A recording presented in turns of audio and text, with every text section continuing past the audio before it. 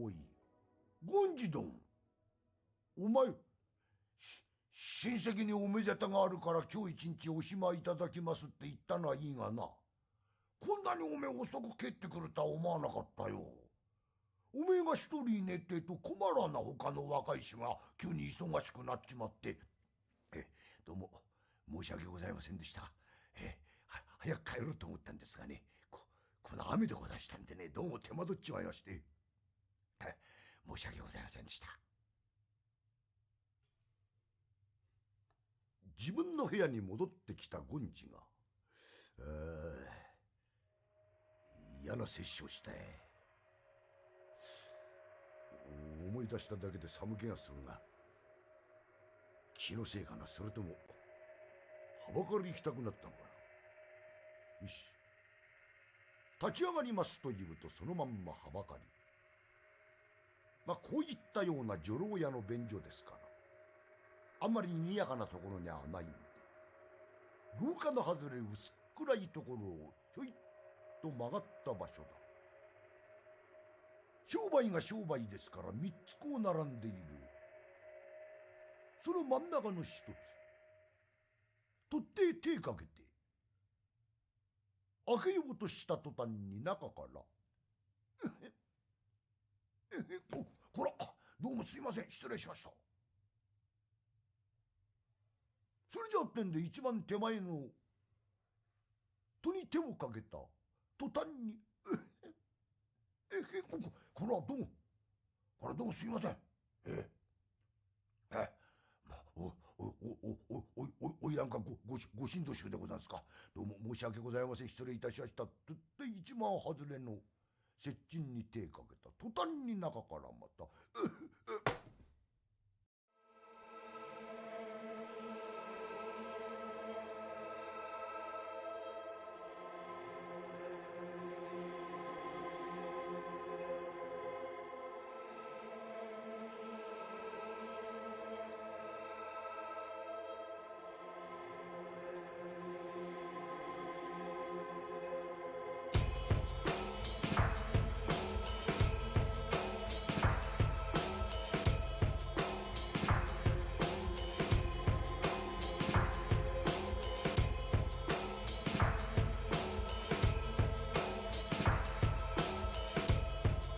Alright, gamers.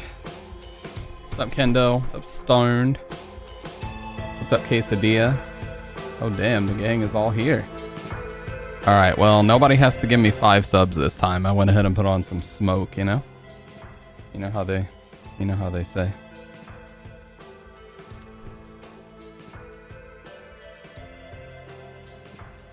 We're taking it back. We're taking it back. Oh, what the fuck? Double chat. Just take my daily attendance. Yeah, we're taking it back to 2022 out here. Oh, your stomach is spinning with too much beer? Careful, dude.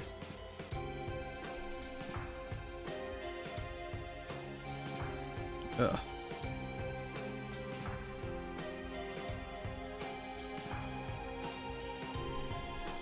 Ugh. Okay.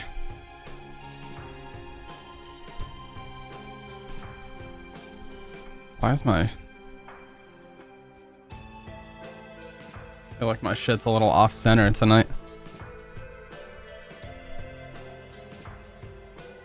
And I got fucking cat hairs on my shirt. I can fix that easily though.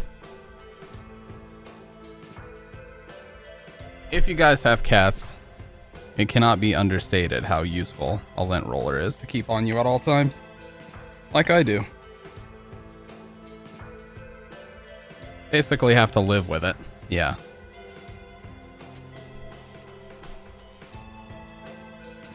Because, truth be told, you can't avoid it. There's no way to avoid it. Alright, well, we're here. What's up, Dr. Red? They are cheap as fuck, so you might as well stock up. Yeah, like I said, nobody needs to give me 5 subs tonight. I just went ahead and threw it on. Because you know what? I'm feeling a little nostalgic. I'm not going to lie. Feeling a little nostalgic out here. Throw some on. Why is my camera so dark in general, though? I think I need to white balance it.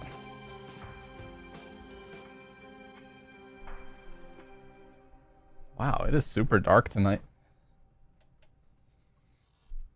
Yeah, that's a little closer to how I like it.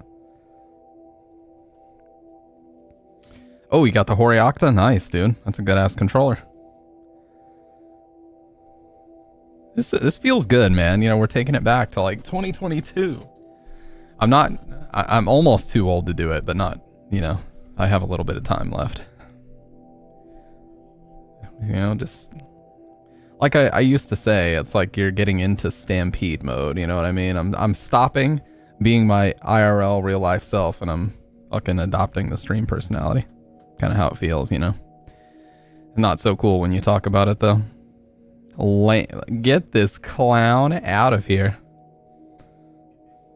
I don't care if you're 50, do it if you like it. Hey, I appreciate that, man. Hey, doesn't the guy from The Cure, isn't he like 60 something and he still does it? So yeah, I don't give a shit. Robert Smith, yeah. When they did the Rock and Roll Hall of Fame in like 2019, he still had it on. Did it look weird? Certainly, but wouldn't have it any other way.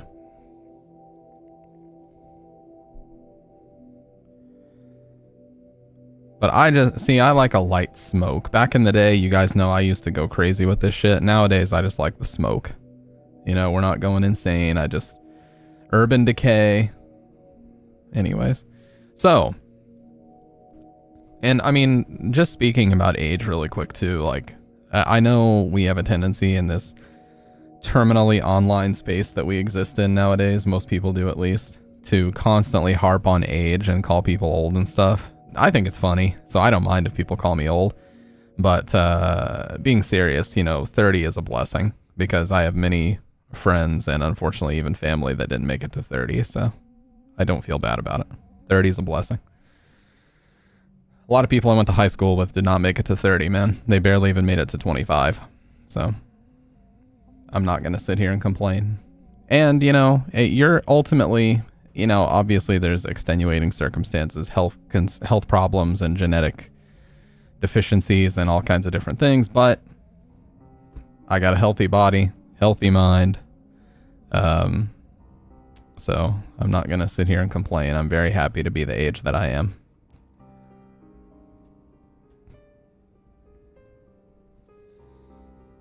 Can we stop the negativity? Aging gracefully doesn't have to be rough, dude. Am I paranoid about my hairline going? Sure. But so far it's not been a problem, so I'm not going to sit here and be that upset about it. But if it did become a problem, like if my hairline ever got to the point that it was pushed back so far, like it receded so far that I just looked like a clown not doing something about it, just shave all of it off and I'll just lower the hat. You know, I don't give a shit. Buzz cut and a hat with a beard is a good look. I'll just grow out the beard even more than I already do. It's not that life-changing, you know. Gray hairs are going to happen. I buzz down the sides, so you can't see them very often, but I'm sure if I were to grow this out, I probably would have a gray hair or two. And then I've noticed now, like, I'm getting some of the wrinkles on the forehead. You can see, like, they stay even when... Yeah, so you know what, boys? It's time to call it. We're getting old, and there's nothing I can do about that, but fuck it. It's all about your mentality. Appearance-wise, you can't get around that unless you want to pay for bullshit surgeries. Speaking of which, holy shit, did you see, like, that Kardashian mom lady got a major plastic surgery recently, and it basically made her look like one of her daughters? It's actually insane. Here, I'll show it. What's her name? Okay.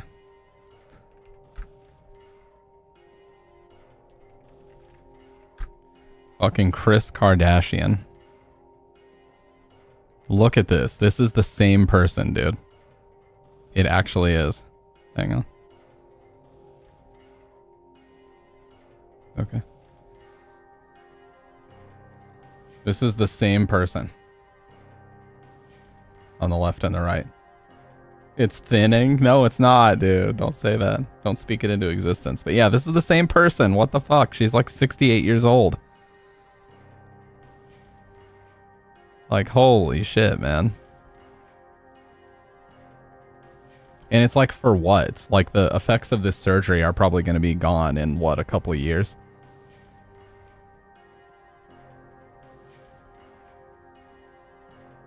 Yeah, here's another photo of it. Well, it's not going to load in properly, but yeah, like, I will say it at least looks better. I will say it at least looks better than the Botox or whatever, where it like fills their cheeks. That looks really bad. That looks fucking awful, actually. You know, where they get the super puffy cheeks. But overall, that's kind of disturbing, dude. Yeah, and, oh yeah, on top of that, not only are celebrities, there's like new experimental versions of like facelifts and stuff. Now everybody's on Ozempic. Which, by the way, if you guys didn't know, Ozempic is basically genetically modified Gila monster venom. And Gila monster is a very dangerous reptile that when it bites you, it has a very hot venom. It makes your skin feel like it's literally being burned. And the venom, the reason why it works is because the Gila monster is famous for only eating a handful of times a year. And the food that they do eat can sustain them for months. And so they took the digestive, it's the specific hormone in the venom that they have that suppresses your appetite, and that's what the primary ingredient in Ozempic is. So do you really think we should be injecting that as often as we do? I sure as fuck do not. There's something not right. And I know plenty of people that are on Ozempic that say, yeah, I'm losing weight and I look great, but I don't feel good. That's your body telling you something is not right because you're malnourished. If you're losing weight or you're getting lean, you're getting built, cut, as they say nowadays, as the gym bros say, you should feel good because you should be providing your body with everything that it needs. If you're losing weight and you feel terrible, something is not right. You're not getting what you need. You're not nourishing yourself properly. So, yeah, you can inject Gila monster venom all you want. And yes, I know it's not literally Gila monster venom inside of the syringe. It is a component of the venom, but it is made from it. You can look this up yourself. I'm not making this up. Right here. Yes, it's an AI overview. Clown on me if you want. The discovery of a digestion-slowing hormone in the venom of the Gila monster played a crucial role in the development of Ozempic and similar medications. This hormone, Exendin-4, is similar to naturally occurring hormones in humans called GLP-1, which helps regulate blood sugar and appetite. So yes, there's a digestion-slowing or suppressing hormone in the venom of the Gila monster, and that's what people are injecting. Sorry, but you can fucking miss me with that. I am not putting that in my body. And I guarantee you guys know how growing up we always saw those ads on TV. If you or a loved one has been diagnosed with mesothelioma, that's going to be the new Ozempic in a couple of years, calling it right the fuck now. In a couple of years, if you or a loved one was prescribed Ozempic and experienced this, that, or the other symptom, you might be entitled to financial compensation. You know what I mean? I'm calling it now, dude. This shit is not healthy. All these people walking around like half the size they used to be on this shit, it's not right. There's never have ads like that here. Well, we did growing up in America on like Fox. Basically, we have network stations. We have like Fox, NBC, ABC, CBS, like these broadcasting networks. And they all run very similar ads in between like the local news and stuff. I didn't know they had a poison. I just thought it was their nasty ass bacteria because they be eating rotten stuff. Yeah. Yeah, so in fairness, that is how a lot of medications come about, is similar research and extraction of, you know, animal venoms similar to the Gila monster situation with Ozempic. But at the same time, it's still a little weird to think that you're injecting something that's naturally occurring in a dangerous reptile. Is that just me? Maybe that's just me that thinks that. It can't be just me. there's other people out there like sounding the alarm about Ozempic not being good for you, so I'm not the only one.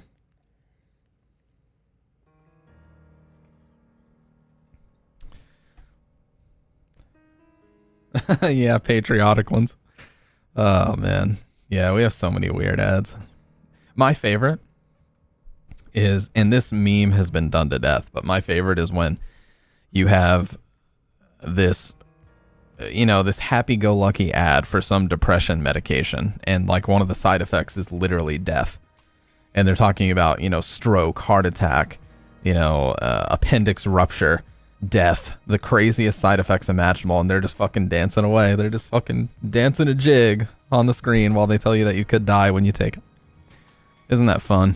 And then they have like a fucking 3-paragraph microscopic text disclaimer at the bottom, basically saying every claim they're making is horseshit and your mileage may vary. Isn't that fun?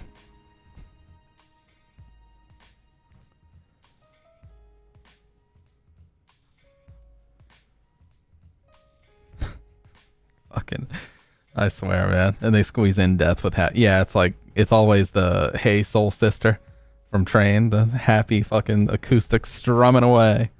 Singer-songwriter chirping away on that shit. So on one hand I could die, but on the other I could look 5 years younger. A lot of people would take that trade, dude. Listen, your 30s, I think, are actually the prime of your life, not your 20s. And I'm not saying that to cope because I'm 30. Oh, what? No, dude, my fucking sound got erased. What the hell?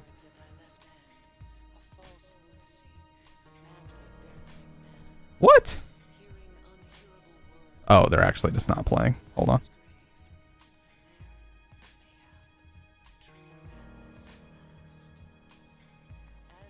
No, dude, my comedic crutch.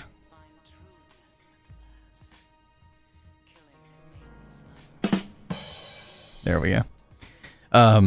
I'll say that to cope, holding on to dear life at 29. No, genuinely, I believe that your 30s are the prime of your life because it's the... I mean, think about most people in their careers, right? Like sports careers. Don't most people have the bulk of their success in their 30s?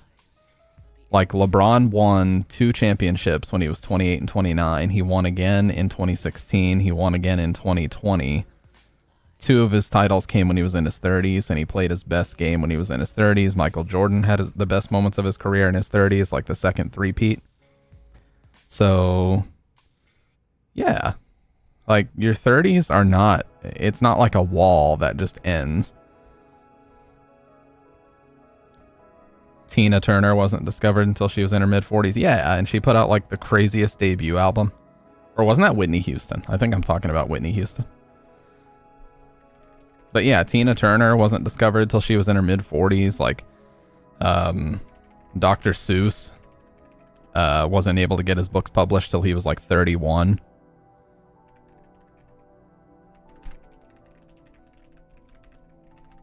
And everybody called him crazy and said that they would never go anywhere. Yeah, he was 35 years old when his first book was officially published. So he was 35 before he even got off the ground. Like, your 30s are not old. You think so because working the ER, I got to see plenty of 30-somethings with heart problems because of energy drinks. Yeah, kind of speaking of that, a game collecting YouTuber named Pete Dorr that I've watched for 10, 15 years, he actually recently had a massive heart attack at 37.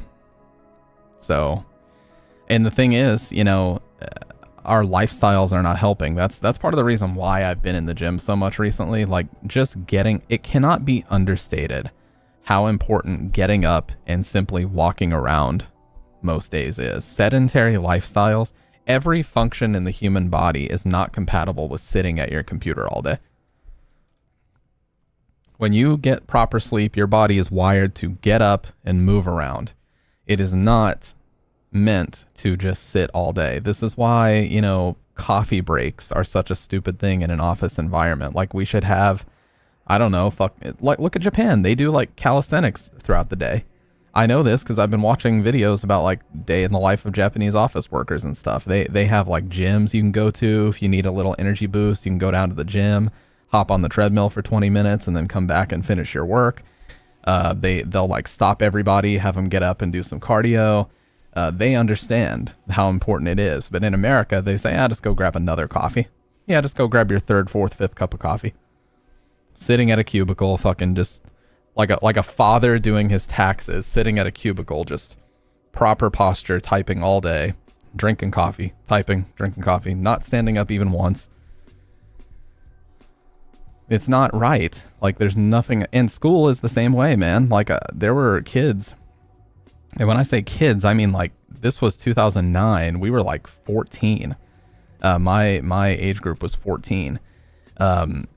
There were kids coming into high school with fucking those Monster BFG cans. Or BFC, big fucking can. Those Monster BFC cans where it was like 64 ounces of Monster Energy, and they would have the whole thing drank by halfway through the day and cracking a Red Bull later on that day.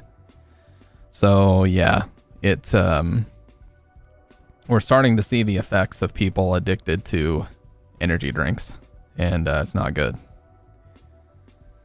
Stayed far away from energy drinks as a kid, still do, but then I discovered coffee. Well, coffee is different because it actually has health benefits, and trust me when I say black coffee is infinitely better for you than an energy drink. Energy drinks have fucking preservatives. They've got taurine and a bunch of B12 bullshit that you don't need.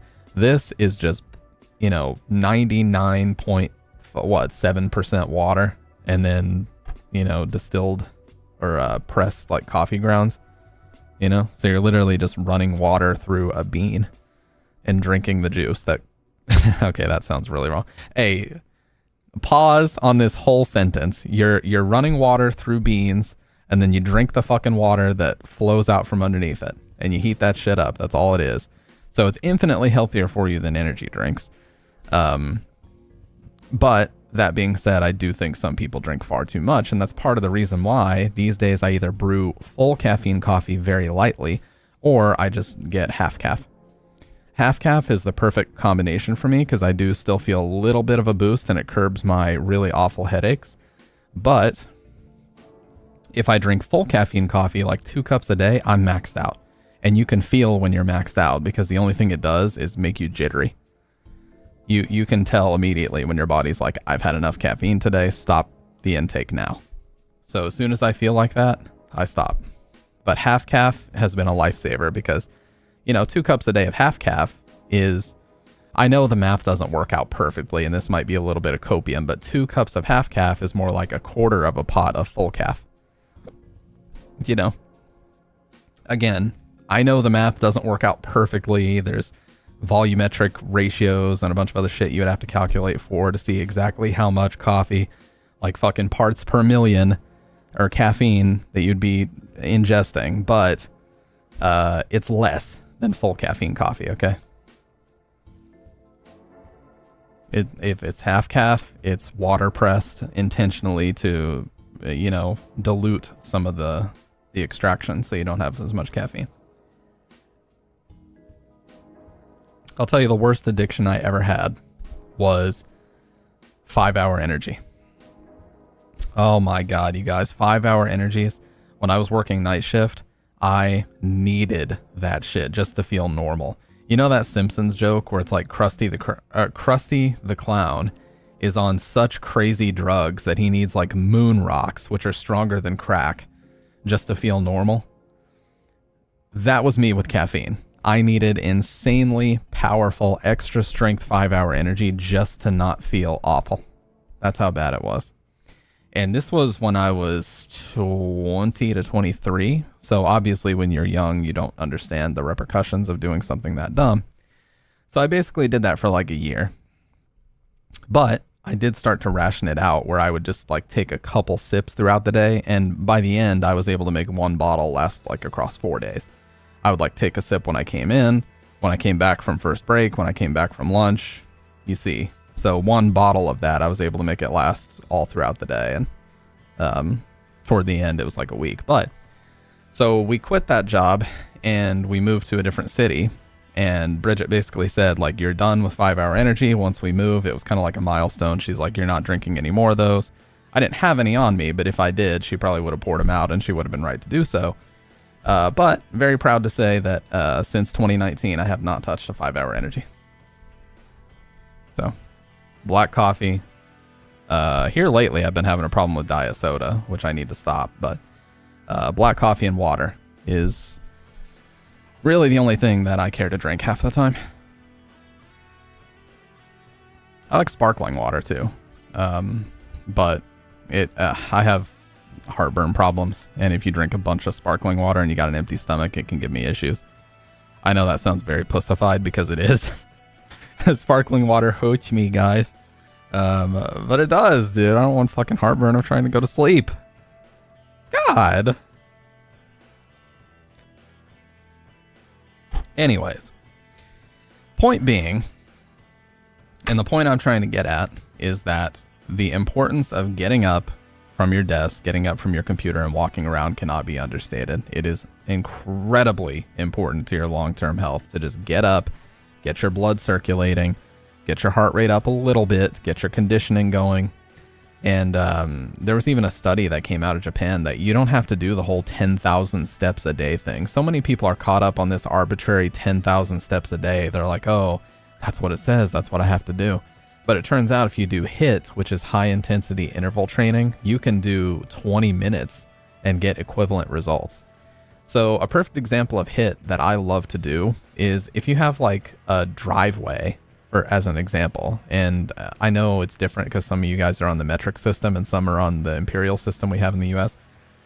But metric system, think about like, I don't know, 30 meters. Okay, 30 meters. I don't know what that is in feet. I'm not that smart, but I think it's 30 feet per meter. No, I'm stupid. Let's do it. Yeah, about 100 feet. That's exactly right. So about 30 meters, about 100 feet. And you have this stretch. What you can do is run to the end of a place that you kind of marked, and then you just walk back to the beginning. Run back to that point, walk back to the beginning, run back, and that's HIIT. The high intensity part is the run, and the resting part is the walking back. So if you just do that a few times, you're good. Like, that gives you the same results as if you casually walked 10,000 steps. And you only need to do that for, 20, 30 minutes a day. It's easy to get that in if you don't have time. So there's no excuse, unless obviously you have joint issues or something like that, or knee problems. Of course, that would be it too. Or if you're just not in good enough shape to do that yet, that's also totally valid. But my point is, it's really not difficult. Just getting up and getting yourself conditioned, getting your heart rate up, getting the blood flowing is incredibly important. And I definitely worry for people like XQC and Shroud and all these streamers who legit, they wake up, they roll onto the stream, and they sit for 12 to 14 hours a day, tons of caffeine, tons of these gamer powder products like fucking G Fuel, Gamer Sups, all this stuff. Just caffeinating themselves into oblivion, playing video games all day. I just wonder, man, what's this shit gonna look like in 5-6 years? Are we gonna see an epidemic of streamers with heart problems? It's possible. And never mind the fact that they're all door dashing fast food every single day of their lives. So it's like a triple threat, way too much caffeine, way too much sitting, way too much fried food, and just food that's really awful for your heart. So who knows, man? Anyway, holy yap. I am just fucking yapping right now. Sometimes I don't realize the yap fest that I've gotten myself into. So I was talking about mixers the last couple streams. I don't know if you guys know about this website called Mercari, but I basically, I didn't get scammed, but I made an offer for something and the guy ghosted me.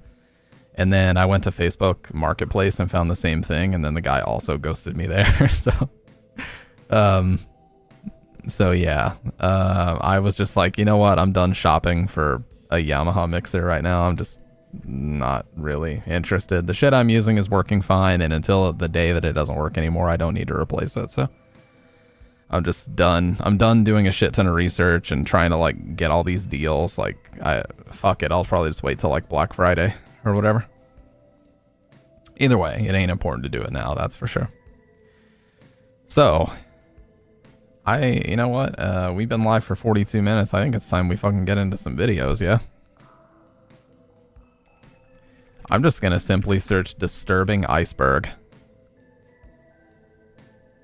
The most scary do not search up iceberg. Ooh, that sounds interesting. You guys want to check this out? 29-minute long video. Abyssal Detective. Abyssal Detective. I feel like I've heard this name before.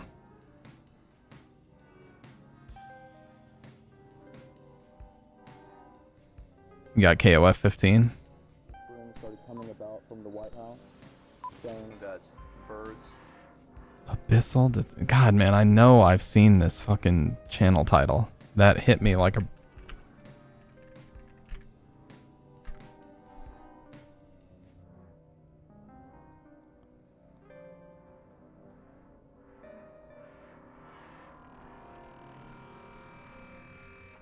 Oh, people say this is a fucking AI channel. That's annoying. Yeah, the voiceover is definitely AI. Whether the channel is or not, I don't know. It could be a real person writing the scripts and an AI voiceover to retain anonymity. I think it sounds like Rob Gavigan.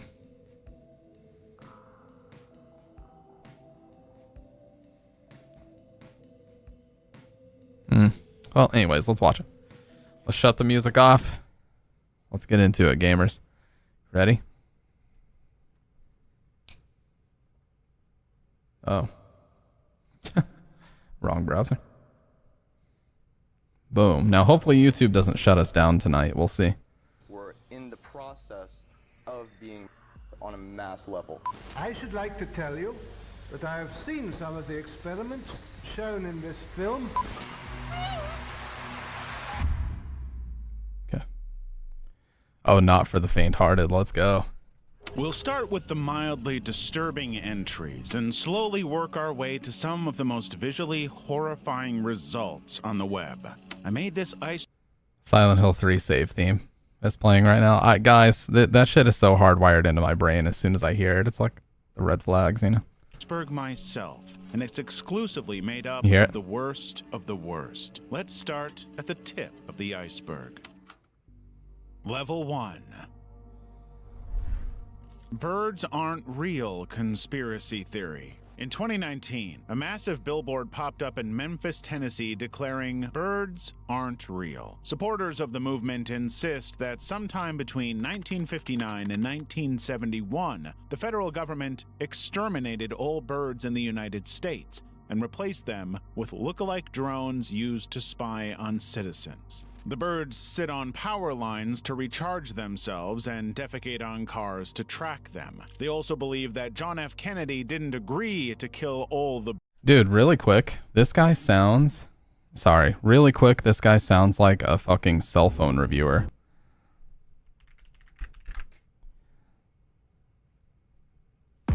Sounds like this guy. Is the thinnest phone I've ever covered. It's 5.2 millimeters thick, masses just 136 grams, and it was released 9 years ago.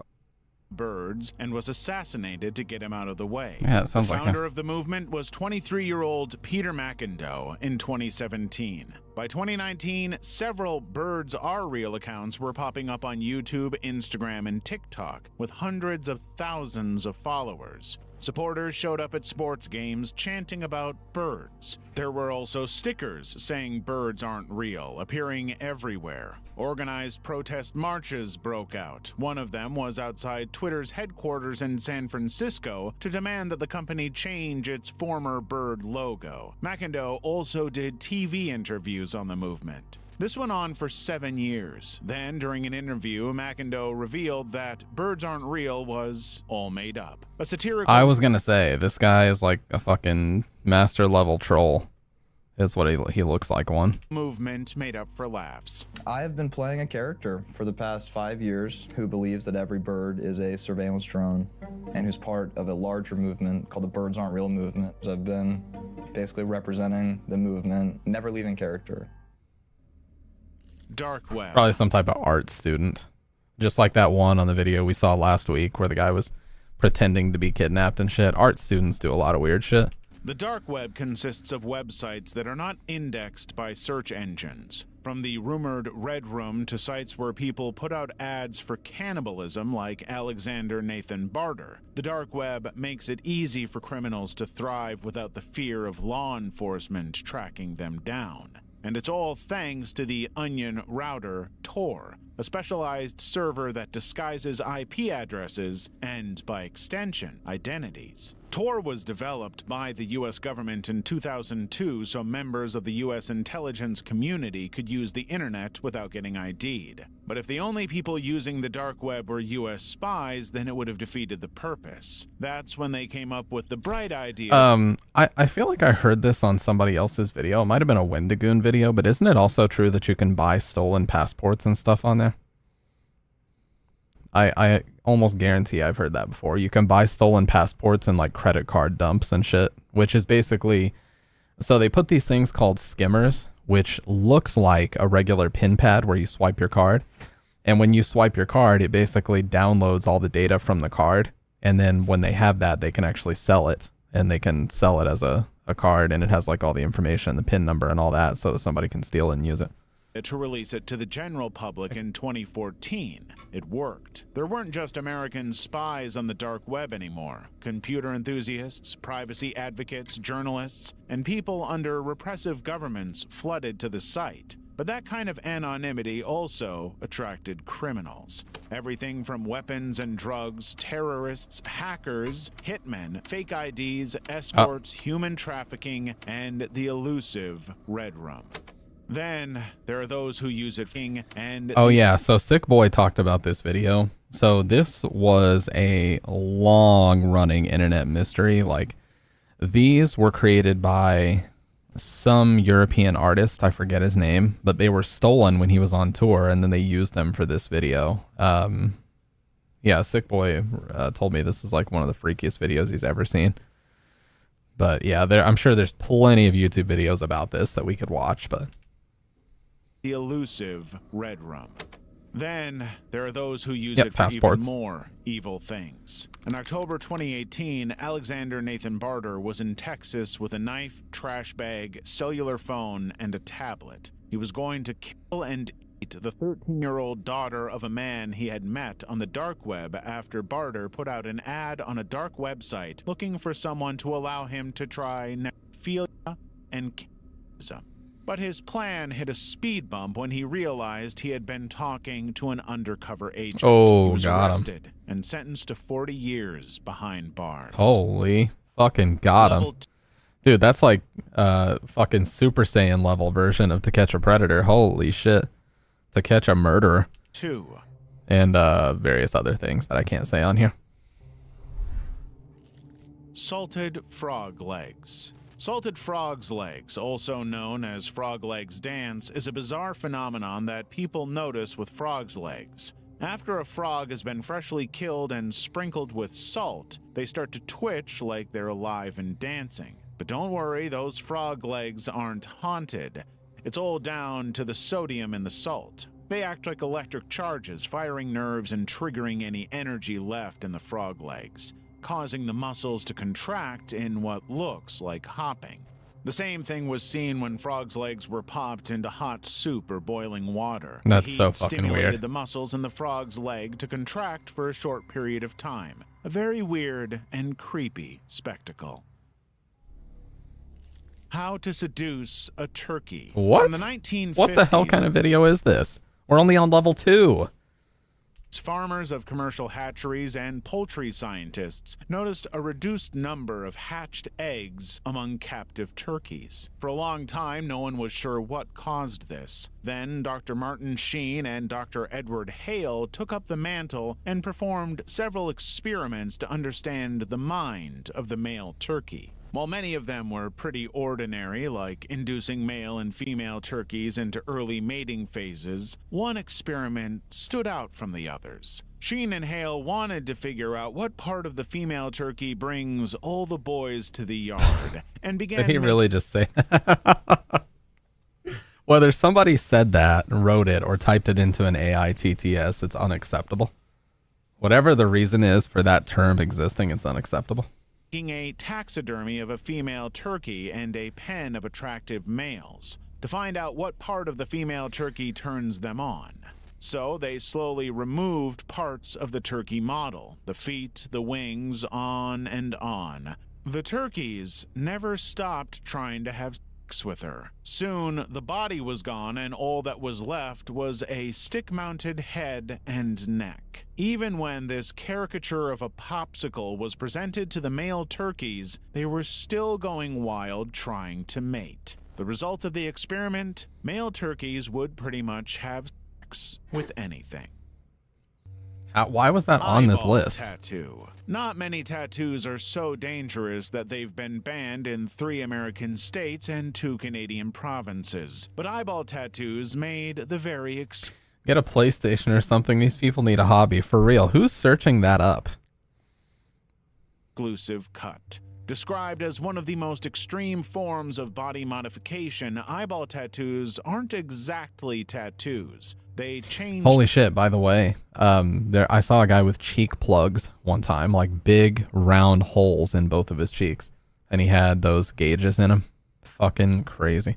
The color of the eye permanently. Water-based tattoo ink is injected into the white of the eye at several points, and then the ink spreads around the eye. Apart from being very painful, this procedure has many risks, but that hasn't stopped people from trying this risky tattoo. One of them was Canadian model Kat Gallinger. In 2017, Gallinger went to a tattoo artist for a purple eyeball tattoo. However, the artist used too thick of ink and did not create enough injection sites. Her eyes started leaking purple liquid. The infection later spread and Gallinger's eyes got swollen. The botched procedure left her with blurry vision in one eye. That's not to say everyone who gets them goes blind. There are hundreds of success stories online. Farrah Flawless has had her eyes tattooed since 2007, and she's perfectly fine. So the question is, will you be getting your eye tattooed?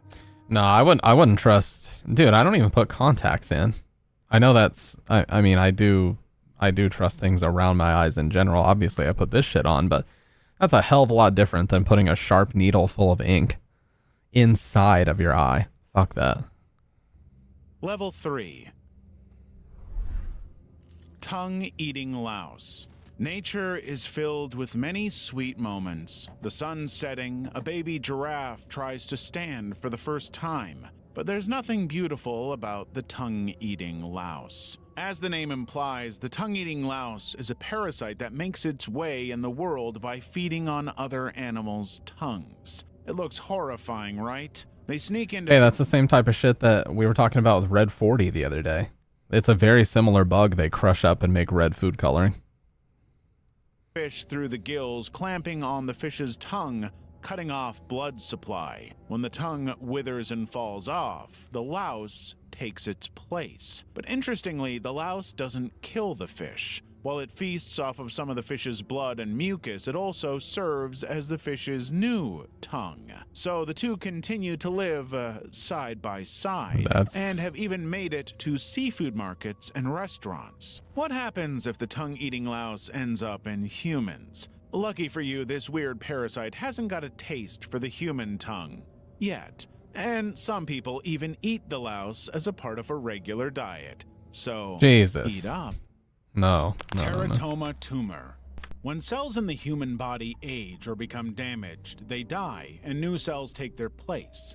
But sometimes this process doesn't go exactly that way, and abnormal cells grow and multiply when they shouldn't, forming lumps of tissue. I've seen them bugs on cactus here. They make red lipstick out of them. Yeah, we talked about that a couple weeks ago when we were watching like the disturbing Disney iceberg, because they were talking about the food colorings and stuff they use there. And yeah, they crush up these like pill bug looking things, and I don't know if it's their blood or what, but they're jokingly referred to as Red 40 bugs. That's actually what they call them. And it's in, like, the thing that we found that it was in was like baking powders, sprinkles, lots of, basically if it's a vibrant, like cartoonishly red color, it's made from those bugs, especially if it's like baking stuff, you know? That could be cancer. Like red velvet cakes. They all have that. Cancerous or non-cancerous called tumors. But there's a rare type of tumor that Hey, what's up, happens to Ryrock? contain a little extra surprise. We're watching the most disturbing do not search up iceberg, so you got here just in time. Now I'm gonna sit back, pull the mic to me. We're gonna sit back and enjoy this shit. If we can. It's getting kind of nasty already. Fragments of body parts like teeth, hair, bone, and muscle. These are called teratoma tumors and often occur in adults. Sometimes these gross tumors could even contain icky eyeballs. So, how does this stuff of nightmares come to be? Well, these tumors come from cells that would have become organs like the eyes and the body, but something stops them. Yeah, I was around when Sad Satan first appeared on like that horror game featuring YouTube channel, and the guy basically lied about where it came from. Not to be dishonest about it, because he wanted to discourage anybody to look it up, which I think is perfectly fine. But yes, the original version of the disturbing like dark web horror game called Sad Satan had a lot of illegal imagery in it. And that's part of the reason why it's so, you know, it lives in such infamy, because it had such fucked up things associated with it. I'd rather munch on bugs than chemicals. I mean, realistically, yeah. Yeah, at first it didn't, and then someone from the dark web took it, loaded it full of that stuff, and then also put like a rootkit on it, so it fucked up your PC. Yeah. Them from developing, so they remain dormant for decades before eventually developing somewhere in the body. Those that were to become hair have strands of hair, those meant to be eyeballs have eyes. In case you're worried you might have an eyeball lurking in your body, this tumor only occurs in about 1 in 14 out of every 100,000 people each year. That doesn't mean you can't be one of those 14, though. Brian Peppers. In 2005, a picture of Brian Pepper started circulating on ytmnd.com, a popular internet website for memes. The picture was so bizarre that it quickly became a popular meme. Many people thought Brian's face was faked or photoshopped. It was only later that it got out that this was the picture of a real person. Yeah, it turns everyone's computers into fucking bricks, yep. Brian was born with a disorder called Crouzon syndrome.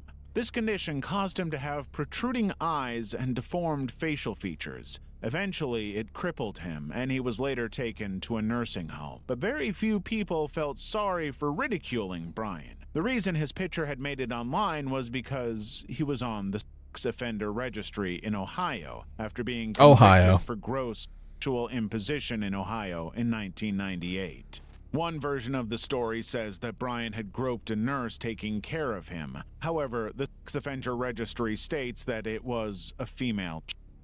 Brian served 30 days in jail and a further 5 years probation for this crime.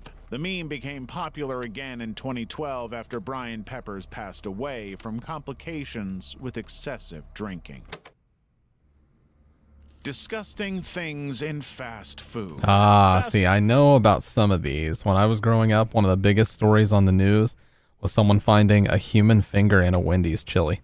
Food is high in calories, fat, sugar, and salt, but low in nutrients. Just 2 reasons why health experts are against it. But the things these people found in their food might be why you'll think twice before getting a Big Mac. Ron Marais certainly will. The Canadian man ordered coffee from a McDonald's. After drinking it all day, he opened it to take that last sip. But inside the cup, he found a nasty surprise, a dead mouse. So I always take the lid off to take my last gulp of coffee. And when I took the lid off, there was a little bit of surprise in my coffee cup. It was a dead mouse. I mean, realistically, most of these have been found to be fake, but yeah. Then there was the Cadbury debacle in 2003, after several cases of the Dairy Milk chocolate was reported to have worms in them. But the craziest might have been John Agnesini, who got a Subway sandwich in New York in 2008. After he bit into something hard, he opened his sandwich to find a 6-inch knife in the middle. This little error cost Subway $20,000. And before Holy you shit. think disgusting things are strictly in fast food, there's the story of a German tourist named Axel Sanz Klaus who ordered a $40 filet mignon at the Bull and Bear restaurant in New York. In his first bite, he bit right into a bloody tampon. That's What one the way to get fuck? your daily dose of iron. On second thought, maybe homemade food is safer. Hyperdontia. The typical child has 20 teeth in their mouth. By the time they reach adulthood, those baby teeth So this is when you have too many teeth. So this is basically what Mia from RE7 has. would have been replaced with 32 shiny teeth. But that's not always the case. A condition called hyperdontia can cause people to have more teeth. It could be just one, or it could Yeah, be... dude, she has like 48 teeth at a minimum. Somebody did the math based on the teeth that you can see. She has at least 48.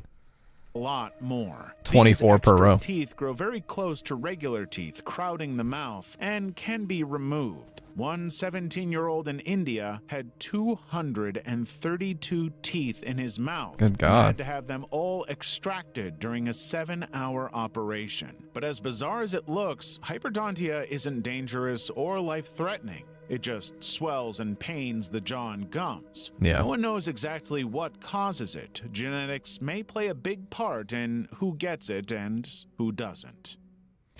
Yeah, I had a fucked up situation where one of my canines came in way higher than it was supposed to, so it was actually like protruding into my upper lip. And immediately, as soon as that happened, my dentist was like, yeah, we need to get braces on it immediately. And they fixed it, thankfully. Sorry, I know this is like TMI. It's going to be tough for me to see this. It's this one here. So they were able to fix it. But originally this one was like protruding into my upper lip. So there's weird shit that can happen, man. Like if they crowd or they come in wrong, it can be super hard to get it fixed. I had to put an expander. Worst 6 months of my fucking life. They put an expander, which is basically a metal rib cage, and it starts out like this in the roof of your mouth, and then over time it pushes your teeth out and flattens, right? But when they first put it in, it's like this. It's pressing super hard on the side, the top, like your molars, you know, the biggest teeth. It's pushing super hard to like make space in your palate, the top of your mouth. And you can't even talk because there's this metal rib cage that your tongue is now pressing into when you try to speak. I had to like relearn how to speak the first week. And I think it permanently changed the way that I say and enunciate certain things. Man, dental stuff is fucked up. They do. Yeah, dentists have a very high suicide rate. It's, I mean, I don't want to say it's not hard to see why, but at least for me personally, the idea of reaching into people's dirty mouths to do dental work is not exactly thrilling. Level 4. Patricia Piccinini. Patricia Piccinini is a Sierra Leone-born artist known for creating hyper-realistic, genetically modified beings using silicone, human hair, and wood. In 2016, when the TAC, Transport Accident Commission in Victoria, Australia, noticed a rise in car accidents, they decided to do something different to create a conversation around road safety. The TAC commissioned renowned Sierra Leone-born artist Patricia Piccinini, trauma surgeon Christian Kenfield, and crash investigation expert David Logan. This unusual trio was brought together to design an evolved human that could survive any car crash. The result was Graham, something or someone that would become several people's worst nightmares. From Yeah, looks like a Discord moderator. a flat face chock full of fat to a dozen nipples and a huge skull, every part of Graham was carefully thought out to cushion the impact of the knocks and jolts from an accident. But Project Graham was not the first time Piccinini dabbled in creating hyper-realistic, What the genetically fuck? modified beasties using human hair, silicone, leather, and wood. She has quite the history of making these grotesque works of art. Nutty Putty Cave Tragedy. The Nutty Putty Cave was once a popular attraction for professional and amateur cavers alike, including Boy Scout troops and college students. Located in Utah, United States, the cave's tight twists, turns, and crawls, as well as its narrow and slippery passageways, attracted almost 5,000 a year. Some of them came at night, and 4 times people had gotten stuck inside and had to be rescued. Yeah, we just had this It's so funny, you know, Ryrog. We just had this conversation like 2 weeks ago as well. Because we were watching, you know, people that either got stuck in caves or almost died but narrowly escaped. It's so easy to just not do it. I understand that, like, it's their passion in life and they love caving, and there's, you know, obviously there's admirable parts of that, but why, dude? Especially when they have to bring a sheet of plastic because the passage that they're trying to get through is so narrow that they're having to crawl on a sheet of plastic to like squeeze their way through it, and they're virtually stuck and they start to panic. It's like, what is the point, dude? You could have so easily just not gone in there. I don't get it. It was just a matter of time before tragedy struck. Authorities closed the cave in 2006, but cave supporters protested the closure, and Utah officials reopened the cave in March 2009. On November 24, 2009, 26-year-old John Edward Jones decided to go caving at Nutty Putty. He was married with a kid and another on the way. While he had plenty of experience caving with his father and brother as a kid, Jones hadn't done a lot of caving as an adult. Nevertheless, he showed up at Nutty Putty with his brother and 9 other friends at 8 p.m. After an hour of exploring the larger caves, Jones broke apart from the group to take on a challenge, the very narrow passageway called the Birth Canal. Jones went face first into some tight passages until he got wedged face first into a... Yeah, true. Like, so many of these stories, like, they almost end up with 2 deaths or 3 deaths, or sometimes even 4 people are put at risk because they got themselves into a situation like this. Dead end and couldn't back out. There was nowhere to go and he couldn't back out. All anyone could see were his 2 feet. Over the next couple of hours, 137 rescuers showed up and desperately tried to save him. They even set up a sophisticated rope and pulley system to pull him out. But John's 6-foot and 200-pound frame was just too much. The pulley later snapped and Jones slid back into the crevice and was now unresponsive. Being in an inverted position for 27 hours finally caught up with Jones, and he died of cardiac arrest. It was too dangerous to get his body out of the cave, so explosives were used to collapse the cave close to Jones' body, burying him forever. Level 5.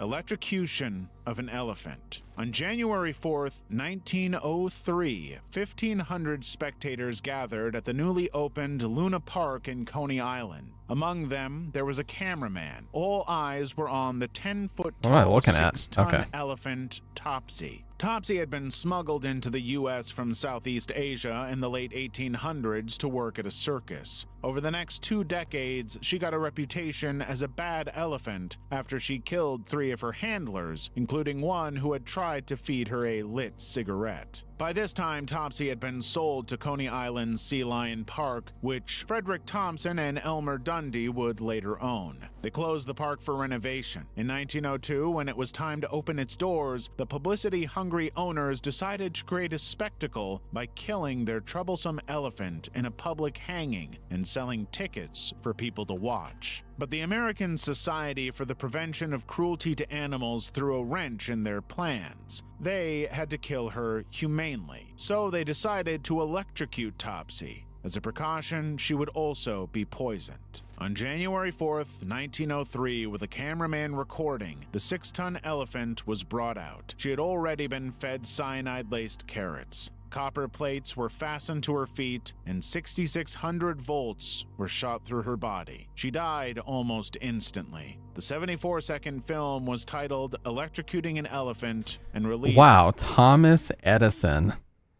Holy shit. That's like some of the first film camera technology that ever existed. Holy shit, that's a long time ago. Why not just put the elephant back in Africa? Because they wanted to make they wanted to make an example out of it. As if it's not a wild fucking animal. Yeah, that's what happens when you try to feed a wild animal a cigarette. Probably gonna get hurt.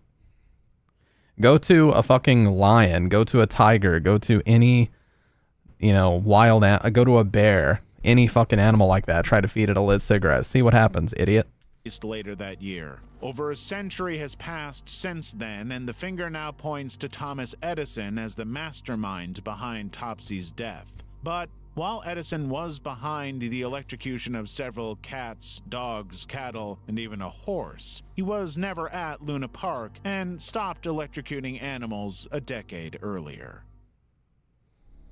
Oh, what's up, Matt? Dog head transplant. Matt Maniac, 1988. 1940s and 1950s. Long time no see, my dude. Hope you're doing good. Dog head transplant. The 1940s and 1950s were crazy times for science and experiments. Things that could only be considered science fiction in this day and age, like dog head transplants and reanimating the heads of dead dogs. I refuse to go to any animal prison. Yeah, zoos are like... Look.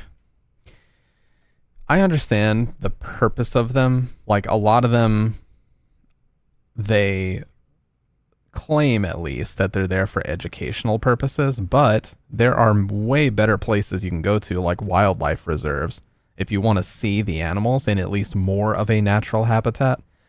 There's a guy on YouTube named Chandler's Wildlife who has a ton of venomous snakes, but he has them all in safe enclosures, and they get plenty of room to roam around, and he does guided tours where he, educates the public on these deadly animals. That is a much more humane way of doing it than the way the zoos do. The zoos, they keep them cooped up in cages. Sometimes they get to run around in the enclosures when the zoo's actually open, but most of the time they're in cages and they just throw food at them. And they're just like, yeah, eat. And it's just everything about the way they keep them is completely opposite to their natural instincts and behaviors. And it's no wonder they're on edge. Like, there was a video recently of somebody throwing like a whole raw chicken at a lion, and as soon as it lands, the lion just charges him like it wants him dead. Yeah, because it's fed up with being cooped up in a fucking cage. There's nothing natural about it. One of these bizarre experiments was performed by a... I'm so happy I was born at a time where plenty of scientific advancements have already been made. Same. I'm good. How have I been? I've been great, man. I really have. I've been great. I cannot lie. Very happy here lately. The heads of dead dogs. One of these bizarre experiments was performed by a Soviet scientist named Sergei Brukhanenko and released in a 1940 documentary called Experiments in the Revival of Organisms. The video shows a decapitated dog's head connected to a heart-lung machine reacting to objects and licking its nose. Inspired by Brukhanenko's work, another Soviet scientist, Vladimir Demikov, took these experiments further. In 1954, he surgically created two-headed dogs by attaching the head, neck, and front legs of a puppy to the side of an adult dog, and the dogs survived. The decapitated head would even take a few mouthfuls of water from a bowl, even though it had no stomach. Demikov performed these experiments on at least 20 dogs, but the longest they oh my god, Frankenweenie, yeah. ever lived was 29 days. Demikov already had an impressive track record of world firsts in the surgical community, but the dog head transplants were just a step too far. And even though they paved the way for future transplant experiments, the medical community ignored them. Dude, there's a YouTuber, speaking of this like animal experimentation, there's a YouTuber named Gamester81 where his heart had to be reconstructed partially with a pig and a cow heart. And he has to have it redone every decade. Isn't that fucking wild? That even is possible? Like, he was born with, I think he said one of the ventricles or one of the main chambers of his heart just straight up didn't work. So they just had to reconstruct it with pig and cow parts. And he's perfectly fine, perfectly healthy. He's in his 40s now. That's insane, man. But yeah, he basically has to be medicated his whole life because basically, whenever you have a major organ transplant, I forget the name of the drugs, but basically you always have to take drugs because your body will always try to attack it because it's a foreign, it's a foreign item inside of your body. So your body will always try to attack it. I think they're called antigen drugs or something like that. But basically you take these and they suppress your body attacking that new organ. So he has to take those too because his heart is technically made up of foreign elements. Imagine dying and then waking back up and you're sewed onto someone else. I'd rather stay dead. Jesus, man. Yeah, this is getting really disturbing. And guys, we're not even on the final level yet. We're just now halfway through. The Cameraman's Revenge.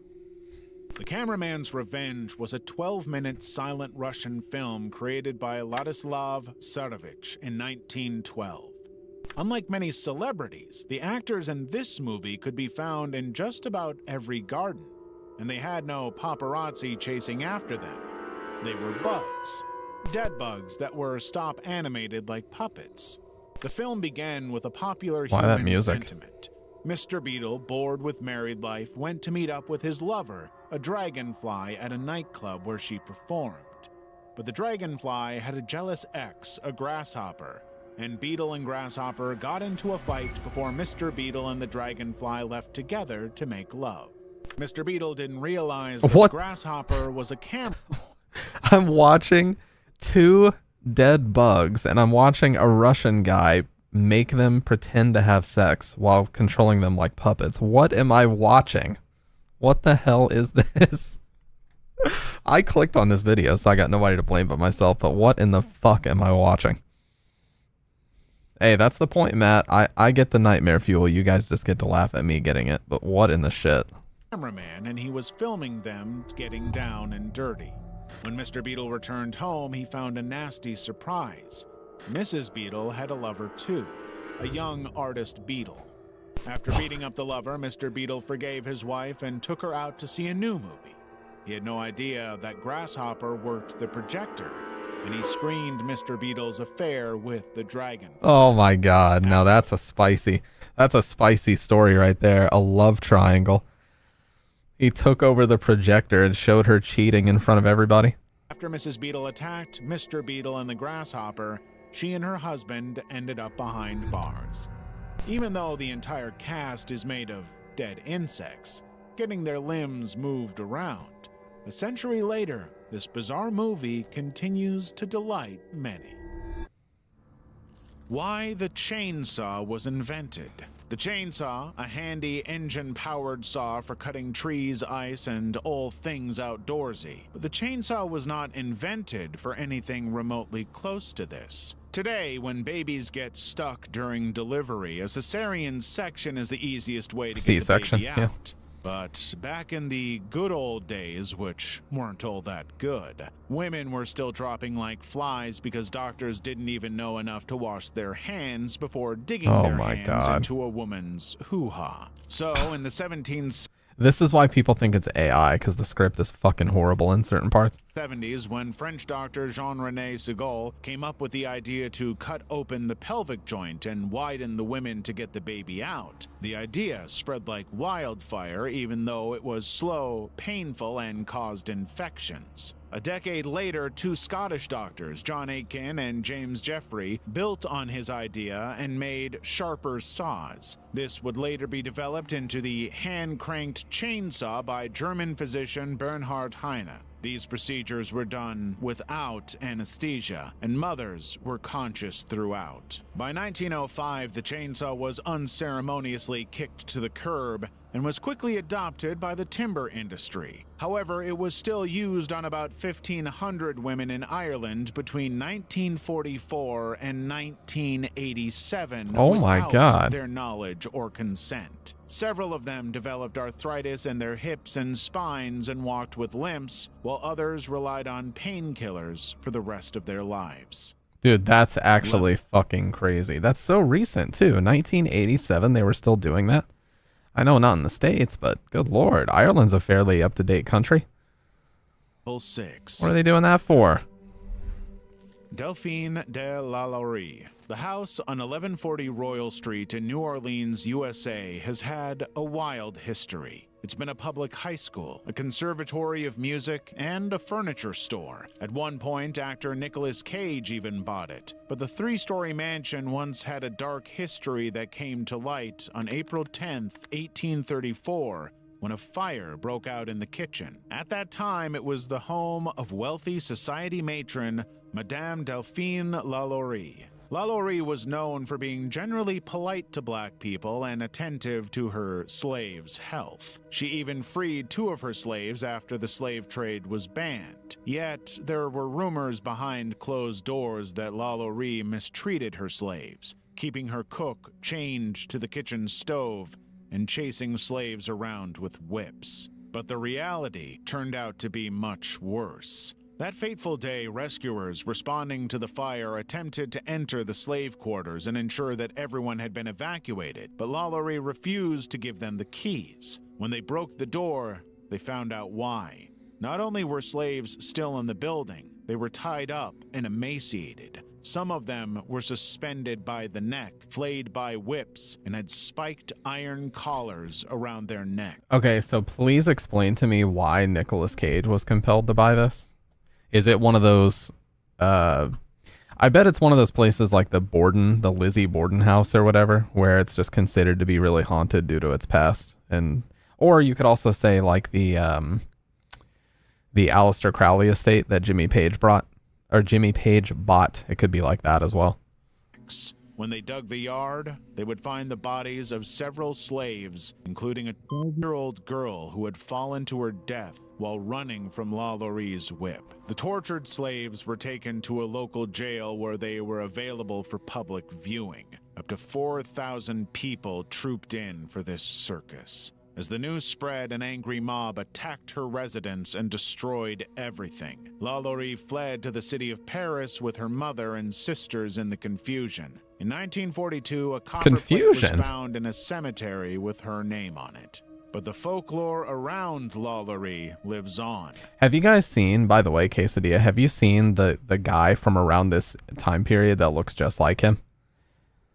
It's like part of the cloning conspiracy. Hey, welcome back, Dr. Red. But there's a guy from like the 1830s or 1840s that looks like Nicolas Cage's identical twin. Some say she killed as many as 600 slaves. Others say she was driven to madness because her husband was sleeping with the slaves. One particularly gruesome tale goes that Delphine killed slaves to create a beauty balm from a fresh human pancreas. The mansion still stands today, and guests claim to have seen ghosts dragging chains. Lalaurie. Let me see. His Lalaurie. That's how you spell it.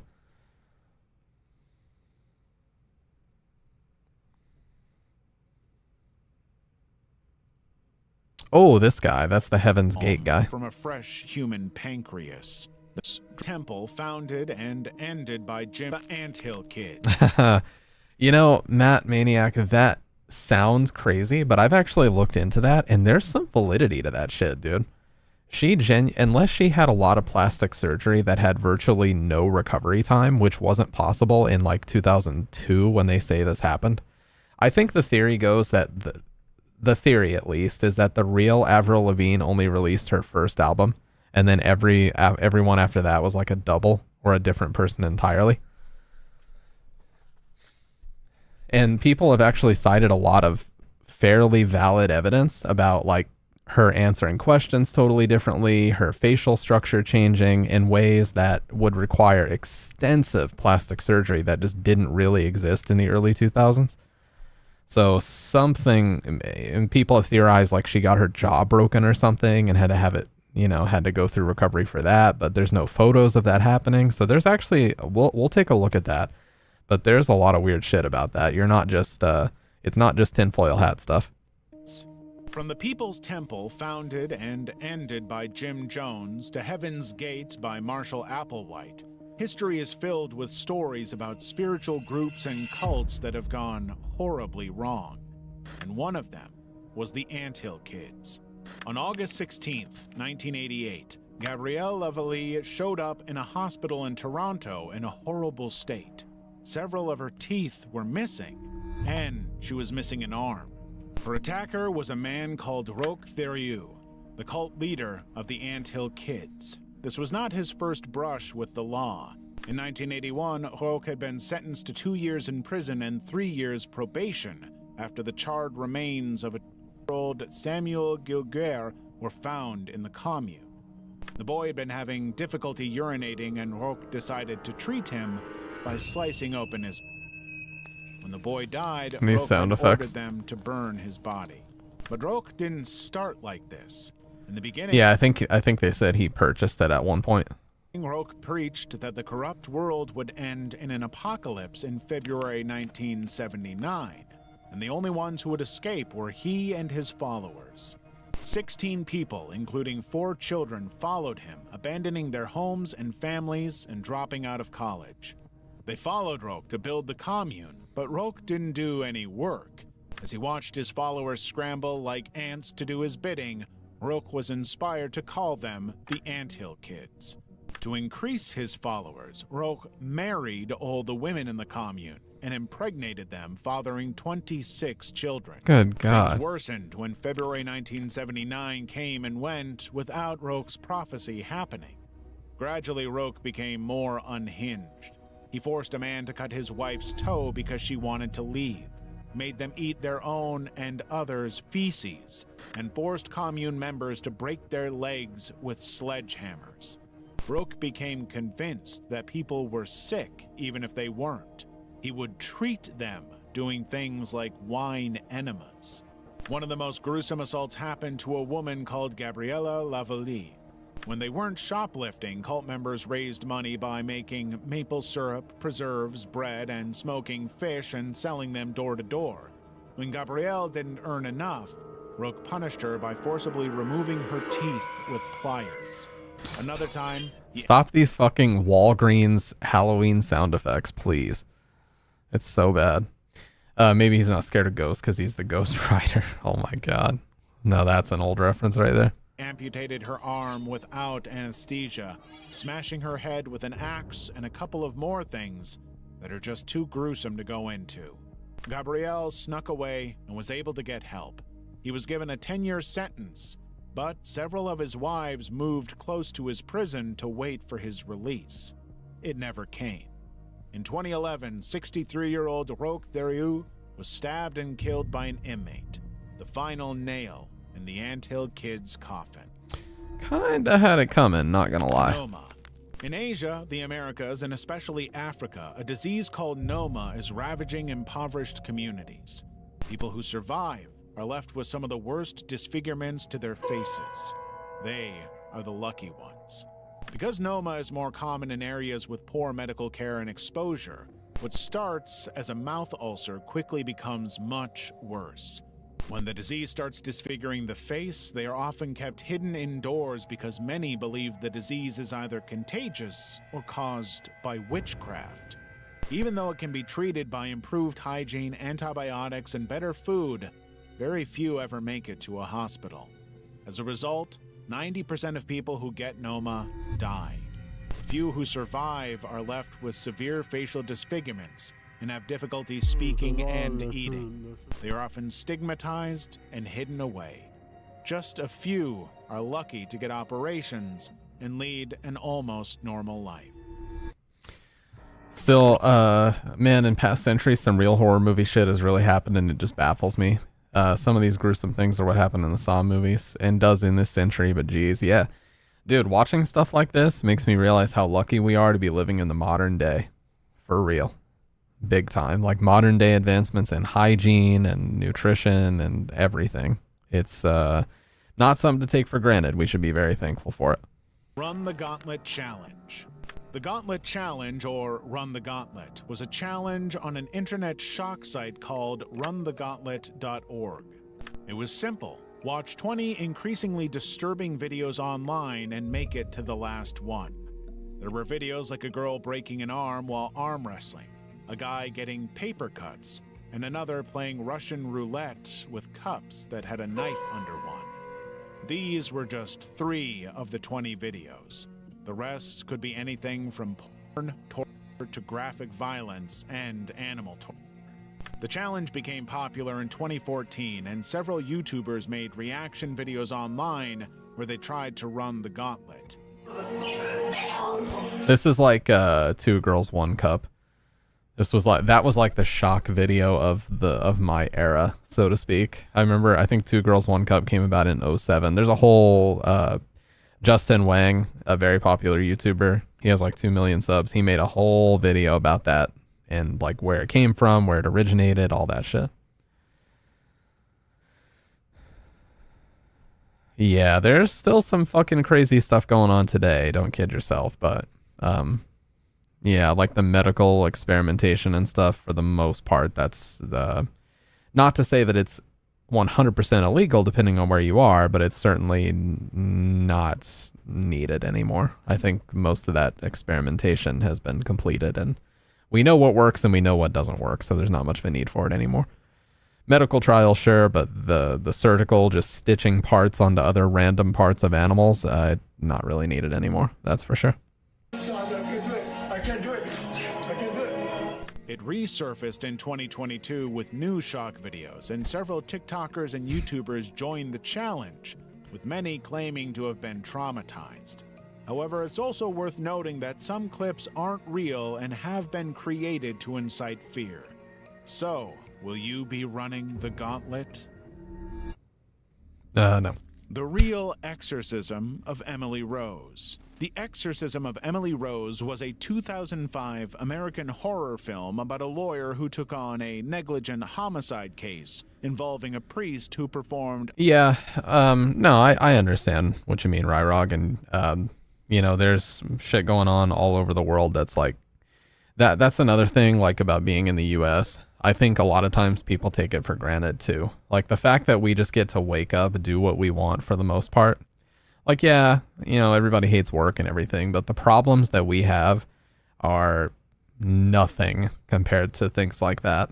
I mean, they are just so insignificant. It's crazy.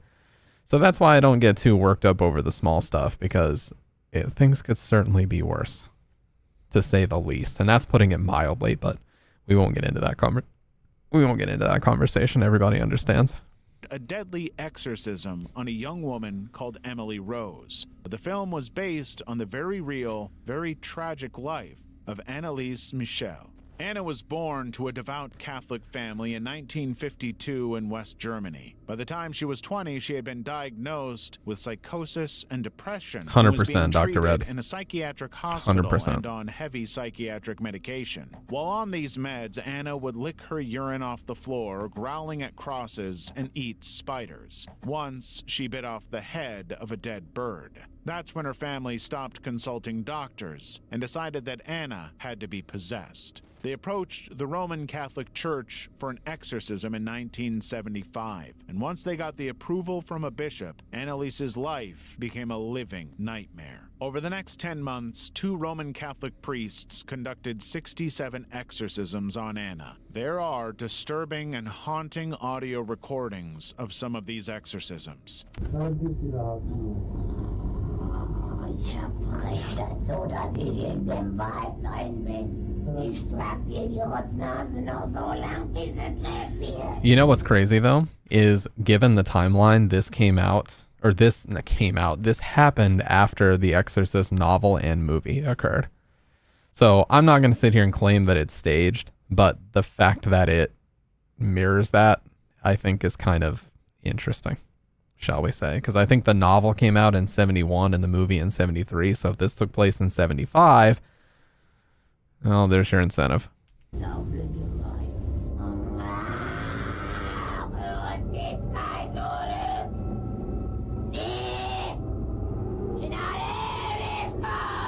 Each session lasted for up to 4 hours, and Anna was restrained and kept on her knees. The continual kneeling and prayer caused some of her bones to break and tendons to be ripped from her knees, but she was never taken for treatment and kept on her knees despite the injuries. Anna stopped eating, and on July 1st, 1976, she died of dehydration and malnutrition. She was 23 years old and weighed only 33 kilograms. Anna's parents and the 2 Roman Catholic priests were found guilty of negligent homicide and were sentenced to 6 months in jail. This was later reduced to 3 years of probation for the priests. Her parents never served time because they had suffered enough.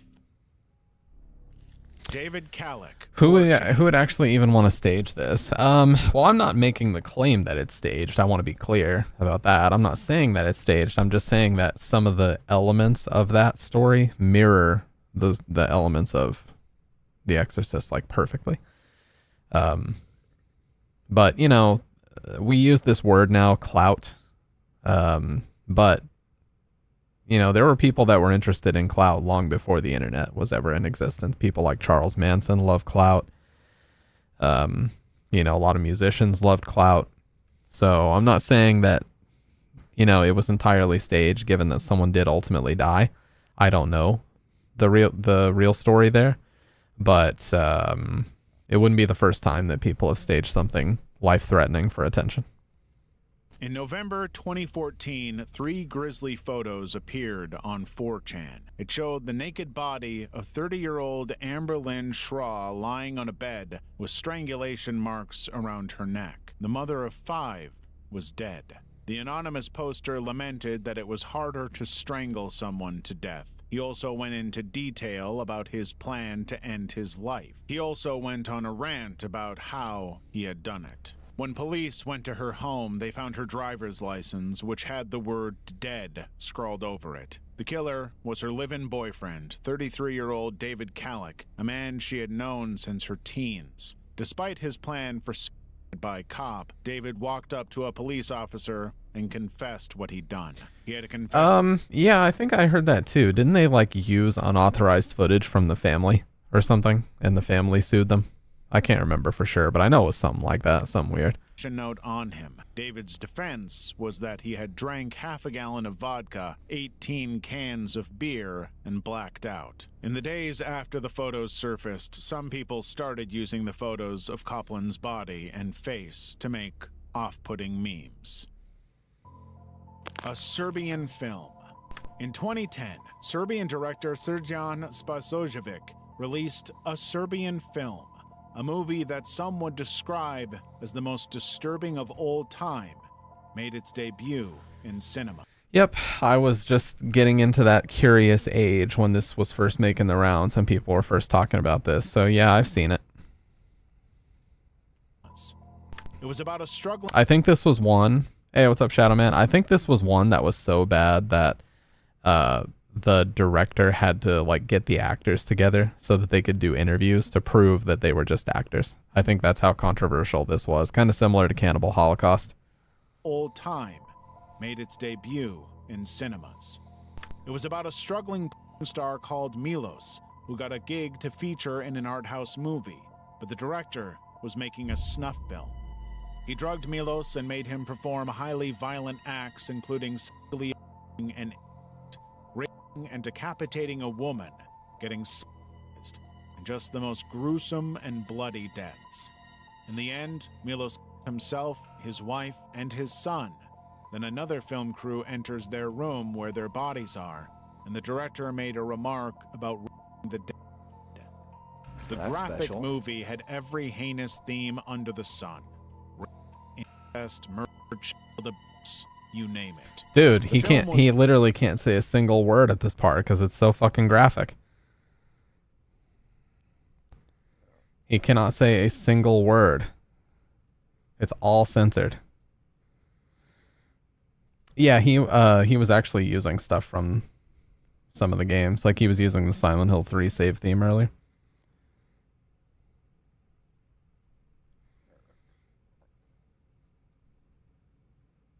Appreciate that follow, by the way.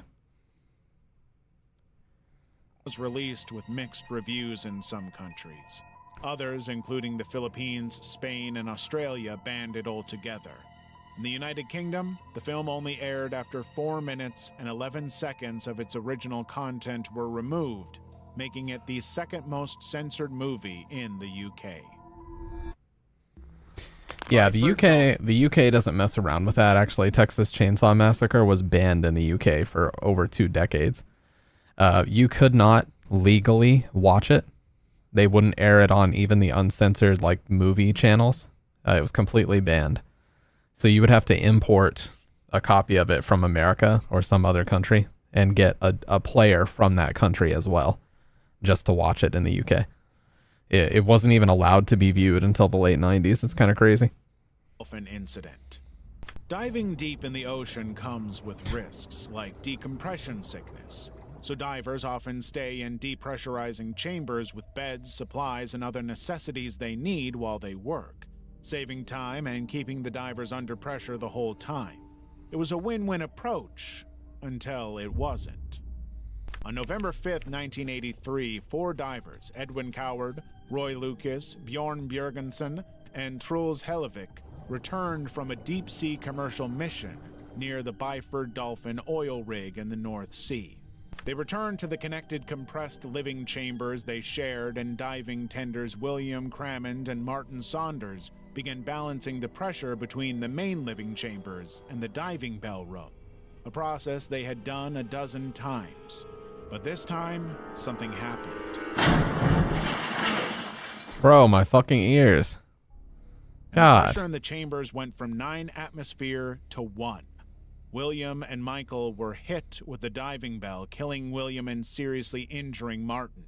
Inside the chamber, 3 of the divers were boiled from the inside and exploded, scattering their bodies all over the chambers. The body of the 4th diver was sucked through a tiny opening and separated. Did they already say that it was going to be banned in Australia? Because that's not surprising. That type of stuff happens all the time. Manhunt is actually banned in Australia to this day, I believe. They never allowed that game to be released. Postal was banned in Australia. Postal 2. Yeah, lots of games are banned there. Well, Matt, I mean, I'm sure you'll still be able to quote-unquote acquire it somehow, but yeah, that would be kind of crazy. Separated into pieces. He was sent to the autopsy in 4 separate bags. As gruesome as this sounds, they likely never felt a thing. The rig blamed the men, claiming they had likely made a mistake after working for 12 hours. It took their families 26 years to get a report that showed that failures of the equipment were what caused their deaths and got compensation. The Poughkeepsie tapes. In 2001, police found 800 tapes in an abandoned house in Poughkeepsie, New York. The tapes... Okay, it's Poughkeepsie, but okay. ...showed decades of killings by brutal serial killer Edward Carver. Edward had made the films going into excruciating detail to record everything from his stalking to their gruesome murders, including the moment he sewed one man's head to his wife's torso, all in graphic detail. Edward was never caught. For a long time, many were terrified that Edward Scraver was still roaming the streets. There was just one problem with that. Edward Scraver was not real, and the Poughkeepsie tapes was not a documentary, but a movie filmed to look like a documentary. Even with that, many were still convinced that the murder scenes were so chillingly real that they had been taken from actual snuff tapes of real killers. They weren't too far from the reality. The scenes had been inspired by 3 serial killers. There was Kendall Francois from Poughkeepsie. No, so the Poughkeepsie tapes is a movie. It's staged. So the footage they're showing is from it, but it's not real. They're actors. But it was inspired by real serial killers. Had been inspired by 3 serial killers. There was Kendall Francois from Poughkeepsie, New York, convicted of killing 8 women. Then Leonard Lake and Charles Ng. Ted Bundy, who tortured and killed at least 11 people. And Jeffrey Dahmer, who killed and photographed 17 men. All 3 combined to create the horrific Edward Carver in what is still ranked as one of the most infamous and creepiest found footage horror movies of all time. Vladimir Komarov's funeral image. The U.S. Damn, we're getting to the fucking depths right here. Russia space race was one of the most significant technological rivalries of the last century. While it brought many milestone victories, both countries suffered just as many failures and casualties. One of them was Vladimir Komarov, known as the man who fell to Earth. In October 1964, Vladimir commanded a spaceflight that was the first to carry more than one crew member to space. On October 23, 1967, he became the first Soviet cosmonaut to fly in space twice when he was selected to pilot a capsule on another mission. But just after launch, problems began trickling in. A solar panel failed to unfold, limiting... Oh, yeah. Yeah, I saw it. Shadow. So what I do is when people follow, it just says thanks for the follow, because what I found is, and someone reached out to me and let me know this, and I appreciate this. Some people don't like seeing their name or like getting called out if they're just trying to lurk and they don't want to chat necessarily. They don't like seeing their name get flashed up on the screen and me calling their name out, you know what I mean? So I just have it say thanks for the follow, and I just say appreciate that, you know? That way they can just stay lurking and they don't have to say anything, you know? But I did. The electricity reserves, and there were problems maneuvering the craft. To make it worse, he had lost contact with ground control and fuel was running low. The mission had clearly failed, so the only thing left to do was to try to get the ship down to Earth. It was a last resort nobody had planned for, but if anyone could pull it off, it would be Vladimir. He sounded pretty confident at first as he re-entered the atmosphere, but within seconds, disaster. The main parachute and secondary chute tangled up with each other. There are rumors that Vladimir cursed the people who put him on the ship just before the capsule crashed and exploded in Hey, what's up, Be Kind? Yeah, no, it's not Vladimir Putin. It is a cosmonaut from the 60s.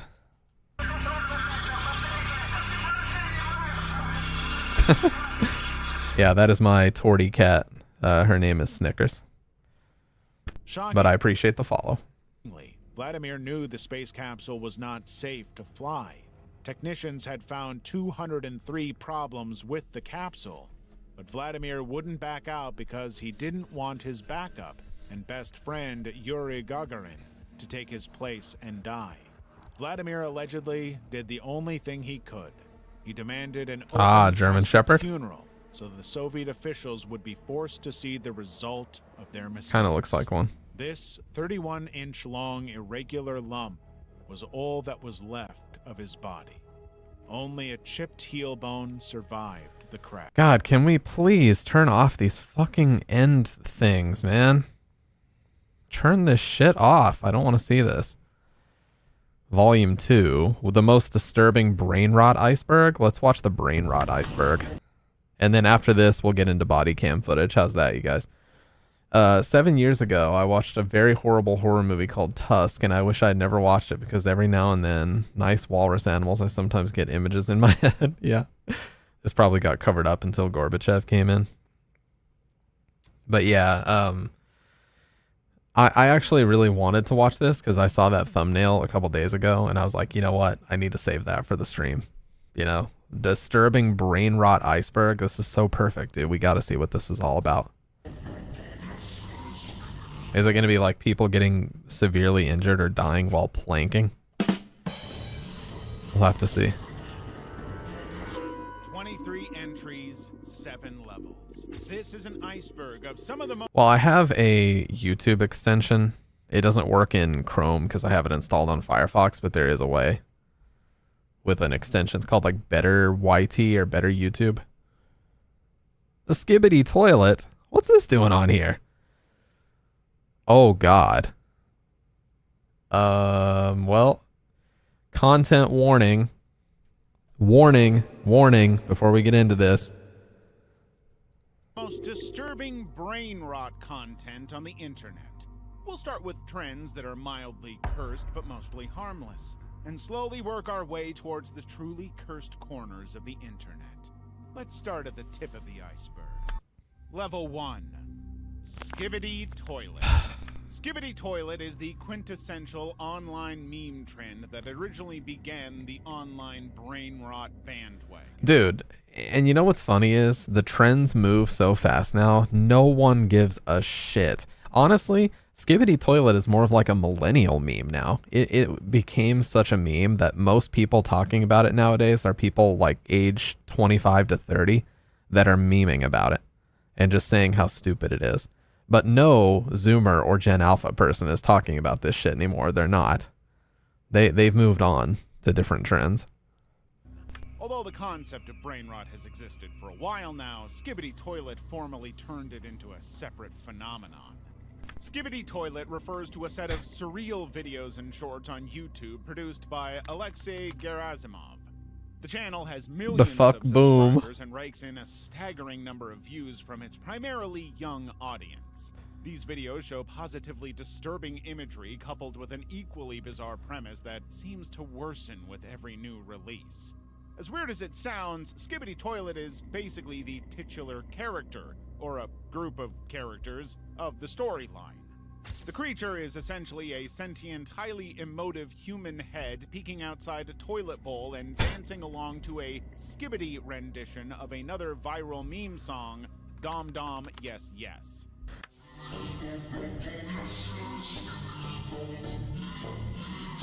How did we let this happen? Please. As a species, how did we let this happen? Oh my god.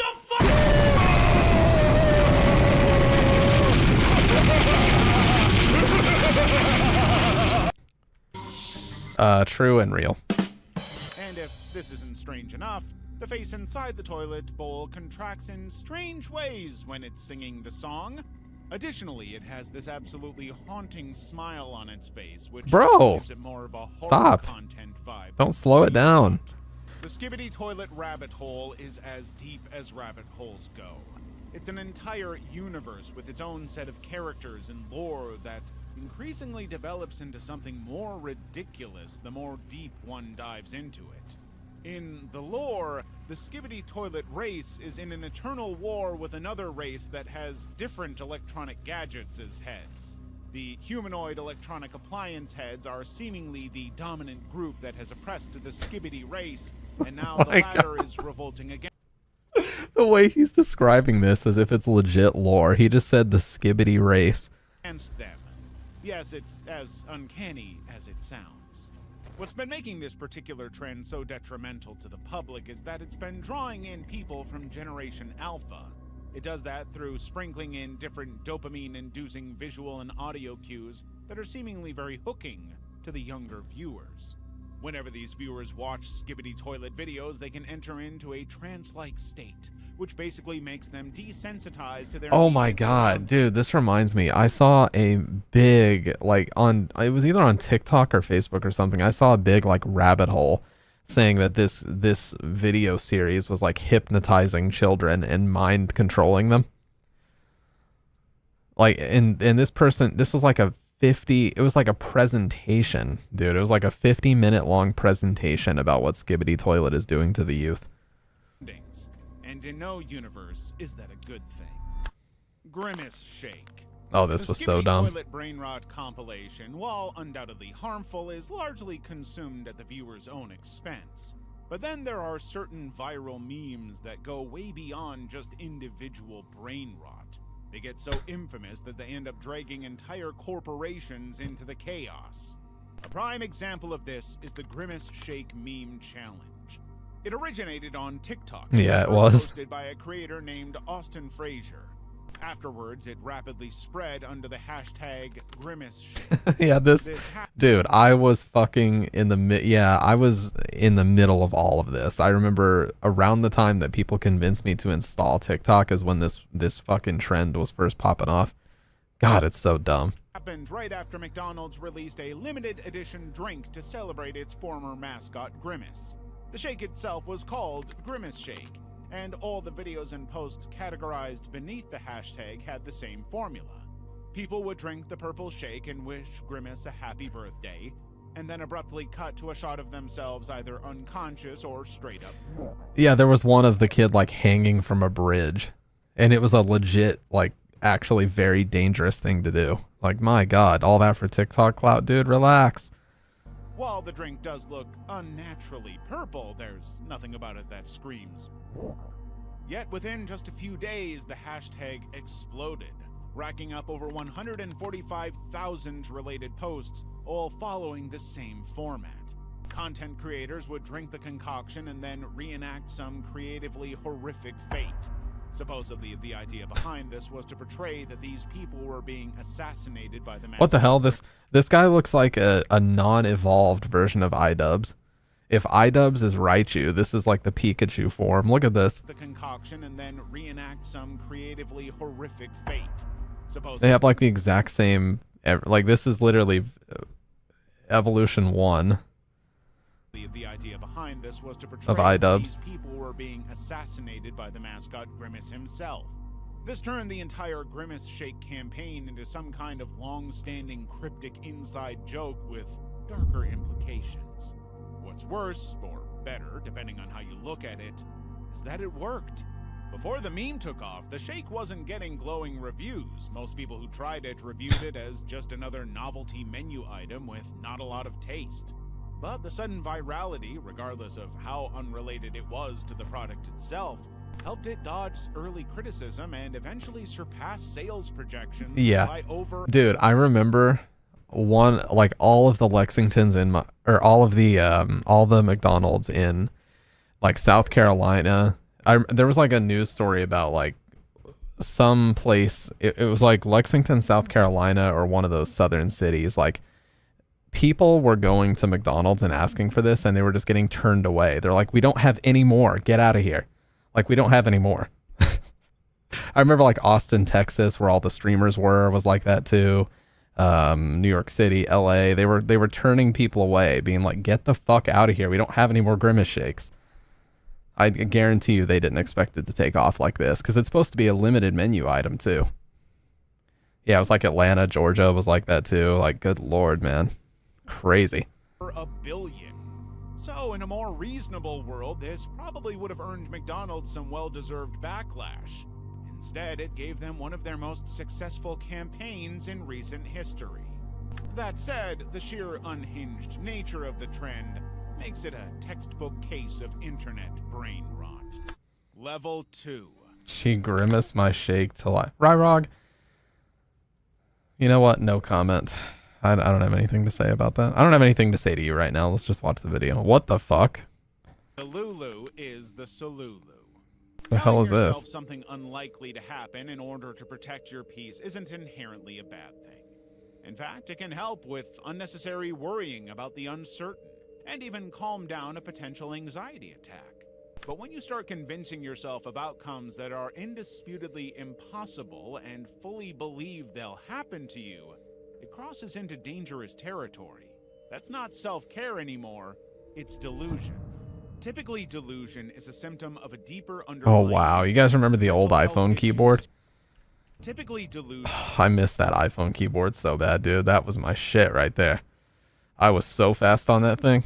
is a symptom of a deeper underlying condition, a mental health issue serious enough to require medical attention. However, with the There was a time when I heard about the Huggy Wuggy. Oh yeah, Poppy Playtime. Yeah, I remember that. Yeah.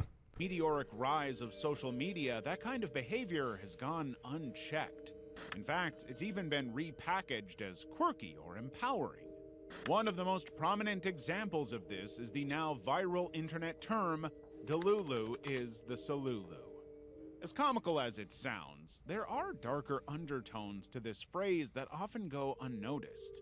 Much like overconsumption, brain rot, Delulu is the Solulu doesn't seem harmful on the surface.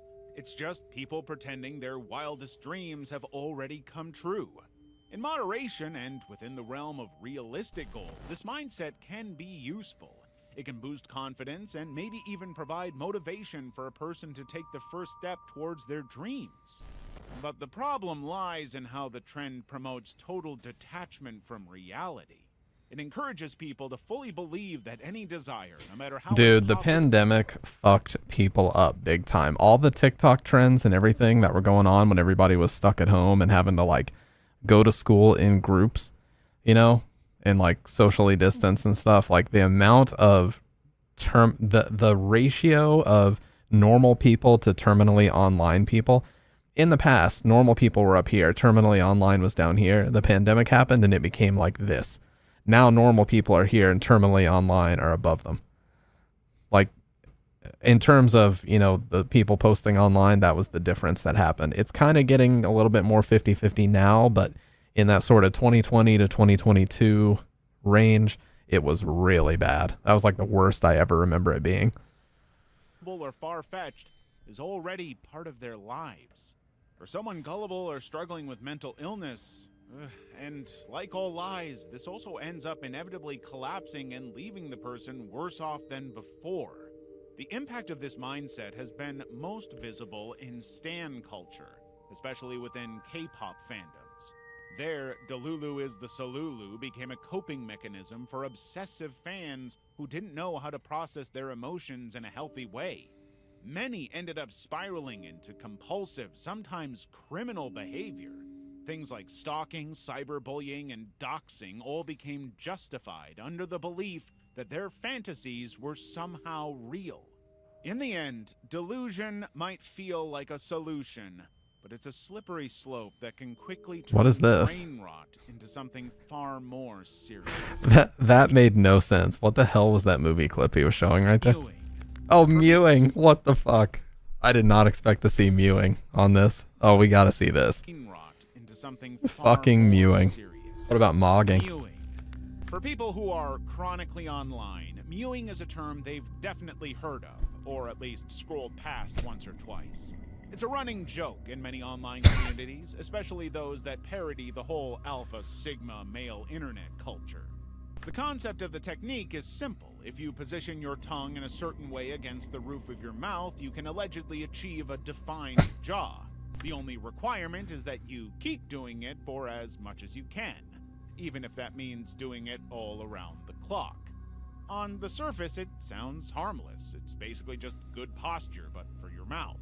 However, like most self-improvement and glow-up trends floating around the internet, mewing isn't actually backed by solid science. It was originally popularized by Dr. John Literally the fucking meme. You know how people jokingly say that whatever thing was invented by Jonathan and then the name of that thing, like how you say, oh, Google was invented by Jonathan Google. Yeah, literally mewing was invented by Dr. Jonathan Mew. Mew, who was an orthodontist with a revoked medical license. That alone should raise a few eyebrows. The technique gained significant traction thanks to social media algorithms. Handles like YouTube and TikTok began to actively parade these videos on people's feeds. And naturally, what that did was it created this unhealthy trend of highlighting insecurity and obsessing over physical perfection. It started to feed into the idea that your jawline was somehow a reflection of your worth. And that's where the brain rot began. Most Totally real video, by the way. What the fuck is this video, man? of these trends simply start off as niche phenomena and end up spiraling into obsession for internet users. Some users film regular mewing updates and basically fabricate their progress in order to convince themselves it worked, when it clearly is just another hoax with little to no effect on a person's appearance. More dangerously, mewing taps into the same appearance-obsessed mindset that fuels body dysmorphia. Looks maxing, as they call the it. idea that your current appearance isn't good enough, and that something as small as how your tongue rests in your mouth could make you more socially acceptable. This further contributes to other similar fad trends like crash diets and extreme forms of exercise. The underlying message with most appearance-related content is clear. There's always something wrong with how you naturally look. Bro. You can and should fix it. That is not true. Oh my god, speaking of this, I feel for women growing up in the 2000s, man, because like the trend in the 2000s was like rail supermodel skinny. I think anorexia was like at its peak in the 2000s in the US especially. That shit was crazy. These trends simply exploit people's insecurities. YouTube Kids. TikToks and Shorts have already nuked the attention spans of almost everyone who uses the internet. But when that same fast food content model gets repackaged into long form, especially for kids, it becomes something much more dangerous. The worst part is, it's very hard to identify amongst a sea of similar content on the internet. One of the biggest culprits here are YouTube Kids channels. Kids content on YouTube is massive. Channels aimed at children bring in multi-billion views with every video they post. Some of them have more subscribers than the most iconic YouTubers ever.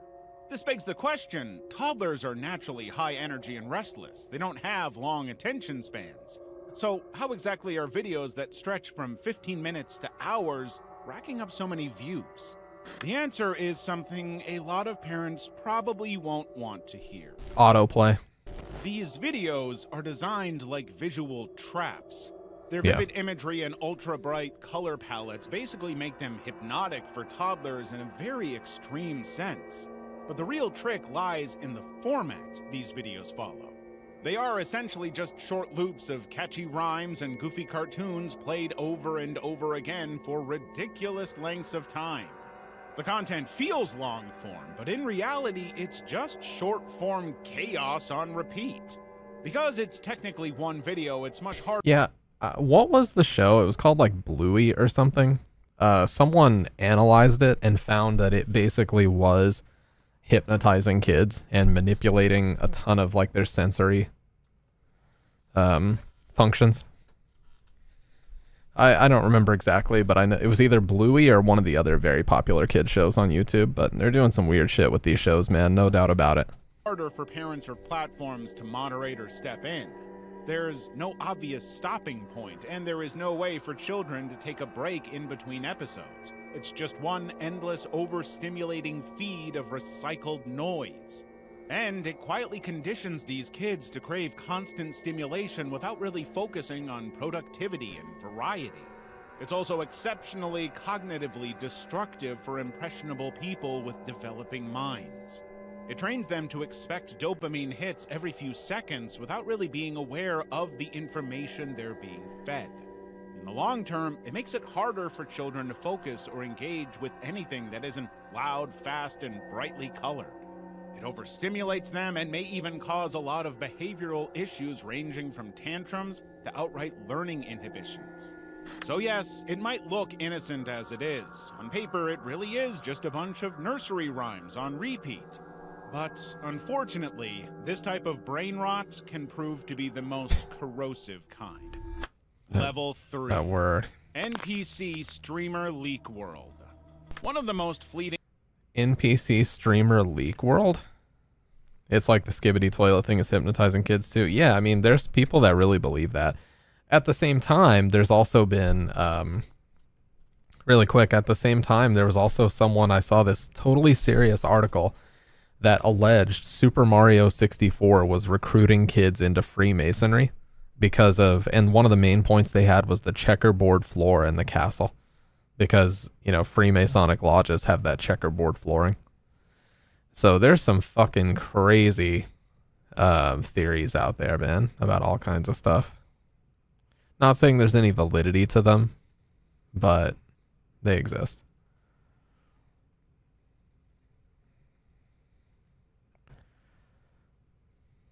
Second.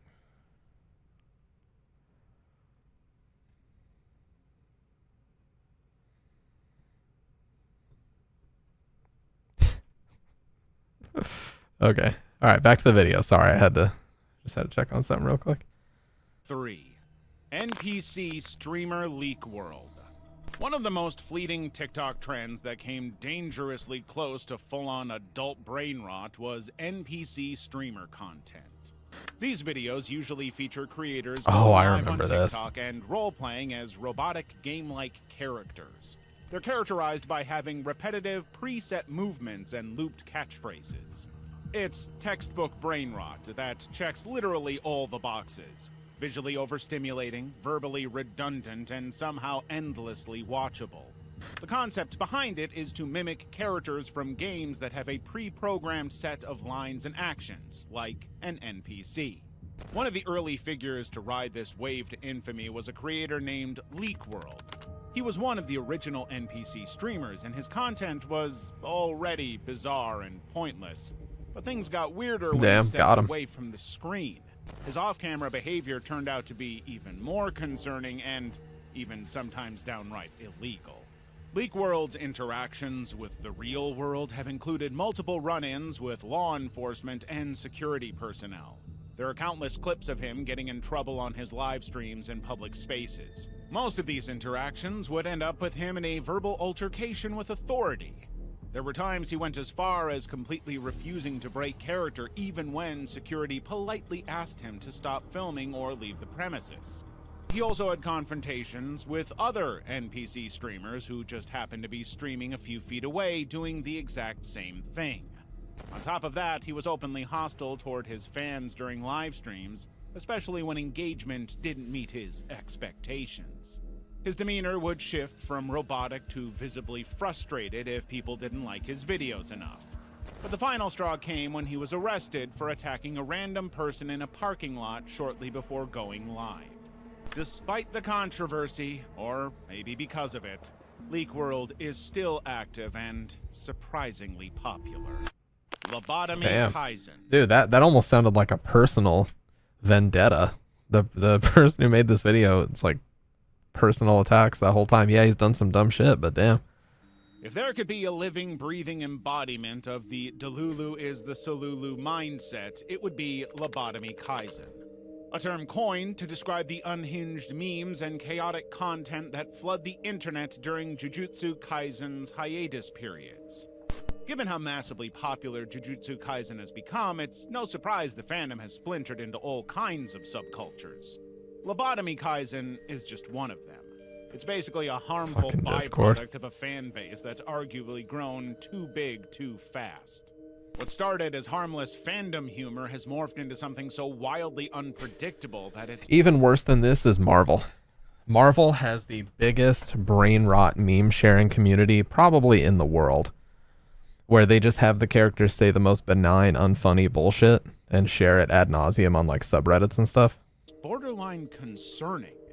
The memes under this umbrella term feature some of the most unhinged theories and deranged takes you'll find in the anime space. And we're not talking about light trolling here. Some of these bits go so far off the rails that they have both anime fans and outsiders genuinely wondering if JJK stans are okay. What's worse is how contagious the trend is. The Lobotomy Kaizen brand of content often spills into other fandoms and often outright ruins the experience for everyone else. While an occasional offbeat joke or dark meme isn't inherently harmful, the sheer volume of this content is what makes it exhausting. It's like a ticking time bomb waiting to be set off anytime something remotely unwanted happens in the canon series.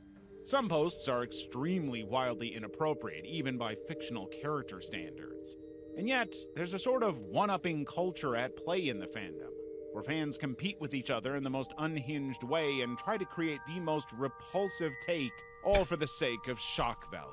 Hey, it's just like Twitter. Just make the dumbest fucking statement you possibly can as a human being and get attention for it. That's Twitter. Hajime no Ippo, the boxing anime, right? It's not I actually hear a lot about that. JJK is Jujutsu Kaisen. It's a popular anime right now. just cringe. It's deeply confusing. At times, it feels like a significant portion of the fandom has completely lost the ability to differentiate between satire, fiction, and actual reality.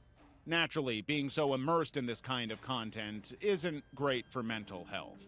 JJK fans are often seen being unnecessarily hostile toward not just outsiders, but also towards each other.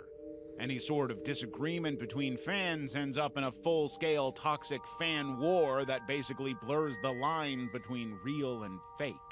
In the end, Lobotomy Kaizen is one of the internet's strangest, loudest forms of modern brain rot.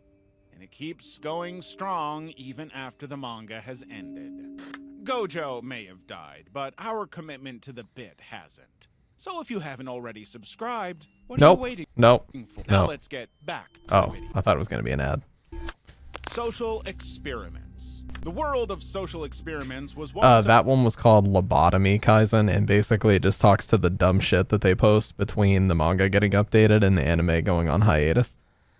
A lot of communities have it, especially Marvel. When there's no new movies coming out, they post a lot of dumb shit too. So, I get it. a potentially useful way to explore human behavior. Unfortunately, it has now devolved into content that borders on ethical bankruptcy. Sam Pepper. The entire broader genre has simply become this jumble of shallow, disturbing, and, in many cases, downright dangerous. Modern social experiments often involve Yep, this guy orchestrating has almost died many times. He walks up in like neighborhoods with lots of gang activity, and he walks up to people and just stares them down, or he'll throw up gang signs that aren't real. And they've actually pulled guns on him several times. He's come like within seconds of being shot several times. incredibly stressful or traumatic scenarios. No, not Sam Pepper, this guy. Just to capture someone's reaction on camera. Most creators producing this sort of content. Yeah, this guy's in the same channel as this guy. These two are partners. To capture someone's reaction on camera. Most creators producing this sort of content claim to do it for raising awareness. But let's call it what it really is. Exploitation for views. There's nothing noble about emotionally manipulating strangers or putting them in high-pressure situations for the sake of viral content. One particularly vile example is a video where a man staged an assault on a woman in public just to gauge how bystanders would react. God, the man bun on this dude too. It's such a time capsule of like 2014 whenever pranks were popping off again. YouTube is just in this never-ending cycle where kids grow up, they realize the pranks are bullshit, and then they move on. And then the next generation of kids are watching the prank videos and they become popular all over again. So people start making new prank videos. An assault on a woman in public just to gauge how bystanders Yeah, that's Sam Pepper right there. When he was rightfully called out on it by his fans, his all-rounded excuse was that he was raising awareness for assault. Unfortunately, there clearly was nothing about the setup that was informative or helpful. It was simply an unethical test on morality performed under the guise of activism. And something like this is far from raising awareness. Another horrifying example featured a man pretending to abduct a woman's baby in public. The test here was to measure how many people would intervene and help the mother recover her baby. As if a child's safety or a mother's panic is some kind of social litmus test to evaluate the collective morality of a certain group of people. The core issue with these experiments is that no one has the right to test another human's morality. Not on camera, not in public, and especially not without consent. People are not test subjects. Yeah, so like what they'll Expect to do, test another watch human's this right here. morality, not on What they'll do is they'll walk up to guys and they'll say shit like, hey, you want to get smoked? Just knowing that that means get shot or get, you know, the shit beat out of you. And so they antagonize the guy until they basically are ready to start throwing punches. And then they're like, whoa, whoa, whoa, whoa, no, I meant this. And then he pulls out a pack of cigarettes. You know, it's just variations of that. It's so stupid. camera, not in public, and especially not without consent. People are not test subjects, and neither are the people performing these experiments some sort of ethics teachers working for a greater cause. More often than not, these creators are less interested in genuine psychology or awareness, and more invested in shock value and virality. They're usually monetizing this content and squeezing everyone in their immediate surroundings dry for their own engagement. Real awareness doesn't come from traumatizing people or creating... And when that starts to happen, the first thing they say, whoa, whoa, it's a video, it's a video, it's a prank, it's a prank. It's like, dude, it's too fucking late. You've already antagonized the guy till he's ready to beat the shit out of you. Nobody cares if it's a video at that point. It certainly does not come from monetized videos and ad revenue ending up in one person's pockets. Cringe content. If there's one thing the internet has normalized to a terror... What a first video to play. What the fuck is this? Cringe content. If there's one... The way he says cringe content. I have to record this. In one person's pocket. We're going to record this and I'm going to put it into my soundboard. Not right now, but I'm going to save this video off so I can do it later. Cringe content. If there's one thing the internet has normalized to a terrifying degree, it's cringe content. This kind of content basically features a blend of bizarre, overly theatrical, often secondhand embarrassing videos that make you simply question why. And yet, for some odd reason, those who get ensnared Jesus. can't help themselves. Fuck boy. This is because cringe content is literally brain rot 101. The online climate is now all about engagement farming. Most people who go by the profession of content creators don't even care what they're posting anymore, as long as it gets them. It fucking hitting the gritty. What is this wolf hitting the gritty, dude? Creators don't even care what they're posting anymore, as long as it gets them clicks or any little crumb of algorithmic attention. Dignity is optional. In fact, for them, being the Oh butt of my the internet's god. joke is What the fuck? Ladies, I have the key to unlock this lock if you want to go downtown. It's a prank. Welcome to the punchline. Yeah. What in the fuck is this, And dude? unfortunately, that's literally how the internet works now. It's not about talent or creativity anymore. True. It's about visibility at any cost. True. These cringe clips are usually short, exaggerated little skits that are designed to loop perfectly. Again, that is textbook brain rot. The premise of these videos is always just absurd. Oh my enough to god. get You guys remember when everybody had the fake vampire teeth? Fake vampire teeth and the fucking horns, the Homestuck horns. I remember that. people to keep watching. You know, watching it is bad for you, but it's somehow so addictive you cannot stop. What's even more worrying is how little regard people have for their digital footprint. Many of these creators are so focused on going viral that they forget the internet doesn't forget. The worst part is that cringe content isn't even created for the sake of humor anymore. The days of Vine are long gone. What the hell is Now this? it's part of a calculated strategy to go viral by being as outrageous or awkward as possible. The secret to success here is, because people bring this stuff out of morbid curiosity, it remains viral. Looks maxing. I love this video. We've covered mewing, we've covered cringe content, and now we're at looks maxing. Is how deep does this rabbit hole go, dude? I need to know. As if mewing wasn't enough, we get a more bird's-eye view of social media feeding on a vulnerable person's insecurity through the collective term of looks maxing. At face value, the term might seem like harmless internet jargon. You could even call it a quirky way to Mogging. describe people trying to look and be their best selves. But once you dive into the actual content, it quickly spirals into something much darker. Looks maxing, if taken seriously and out of the context of satire, refers to the obsessive pursuit of physical perfection. It's usually common among young, impressionable men who have been led to believe that their worth begins and ends with how attractive they appear to the opposite gender. It's an ideology that thrives in Oh, God. incel online communities where the core belief is simple. The world, and as an extension, the opposite gender, is against you unless you're hot. There are two branches to this Yep, trend. I was gonna First say American Psycho is one of the things that propagated this. is what you'd call the soft launch of self-improvement. These basically consist of guys hopping on trends like mewing, jaw exercises, red light therapy, and eyebrow shaping. All of these exercises and procedures are allegedly backed by science, but in reality are only supported by a mix of staged progress videos and Reddit threads. The thing is, looksmacking wouldn't be so harmful if it was solely about self-care. Unfortunately, the internet has made it less about taking care of yourself and more about craving external validation through how a person looks. And what does that Is that do? Dean Craving Withers? External validation I think this guy's name is Dean Withers. through how a person looks. And what does that do? It attracts algorithms to promote such content. The second phase of this already unhinged trend is the radical looksmacking phase. This is where things get extreme.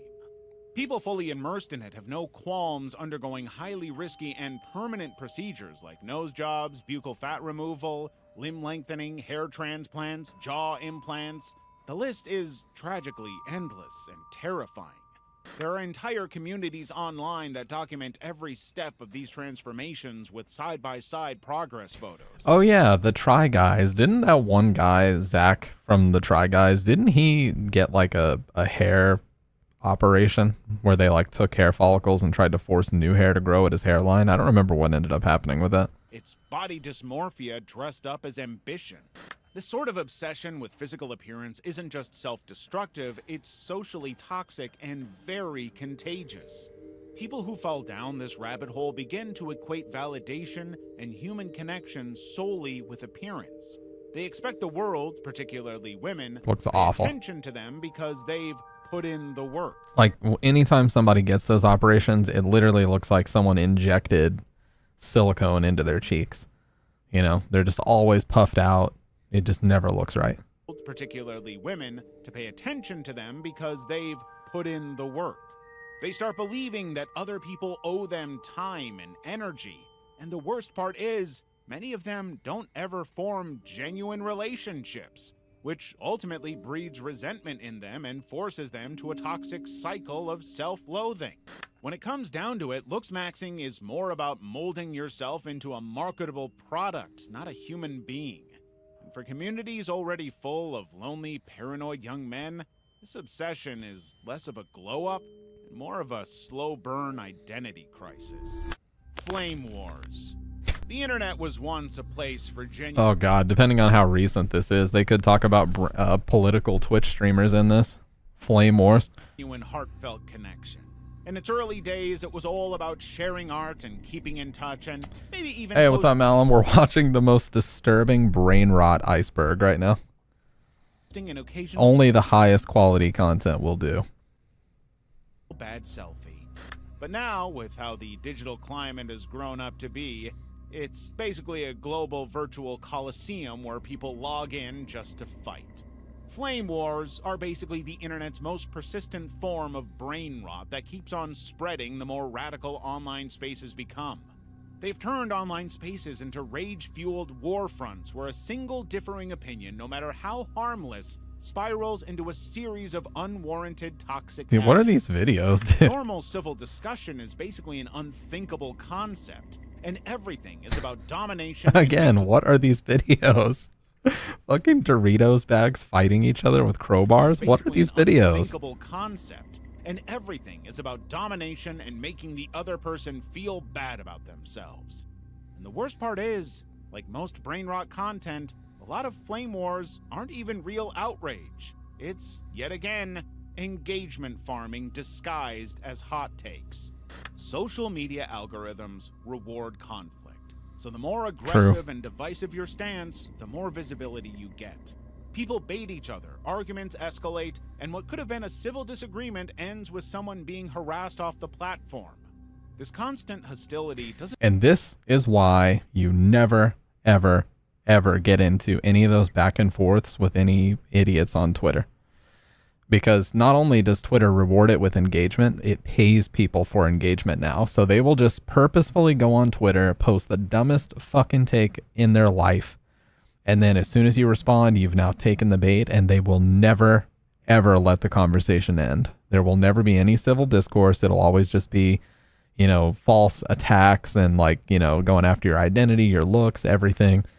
And you'll never get out of it. So just never, ever do that. In fact, I would argue just never reply to anything on Twitter. Just post stuff occasionally.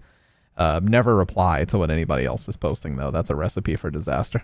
doesn't just mess with individual mental health, it gives rise to this toxic culture where empathy is replaced with performative outrage.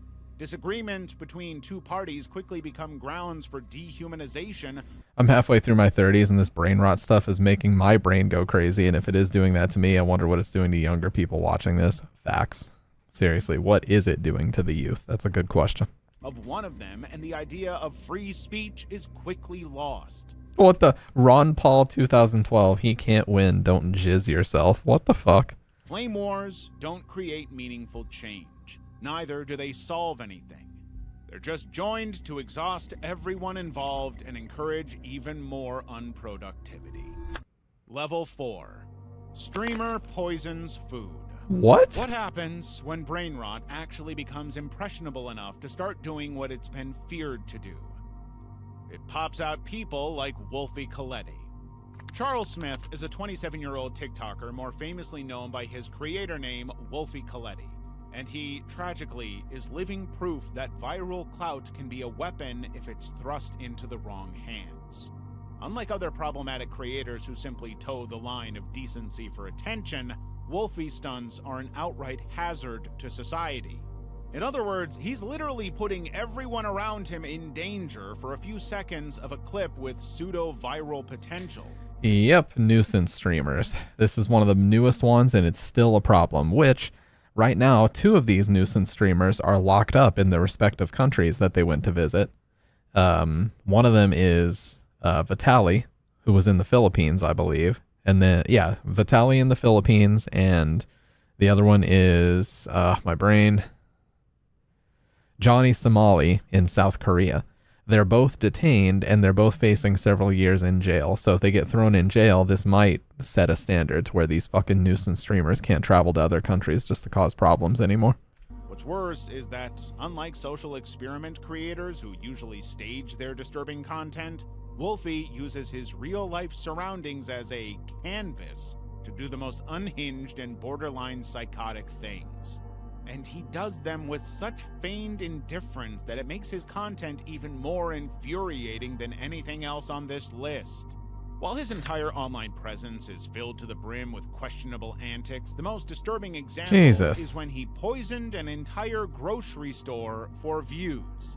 He filmed himself spraying pesticide all over fresh produce and rotisserie chickens in a Walmart, and did it fully sober and intentionally.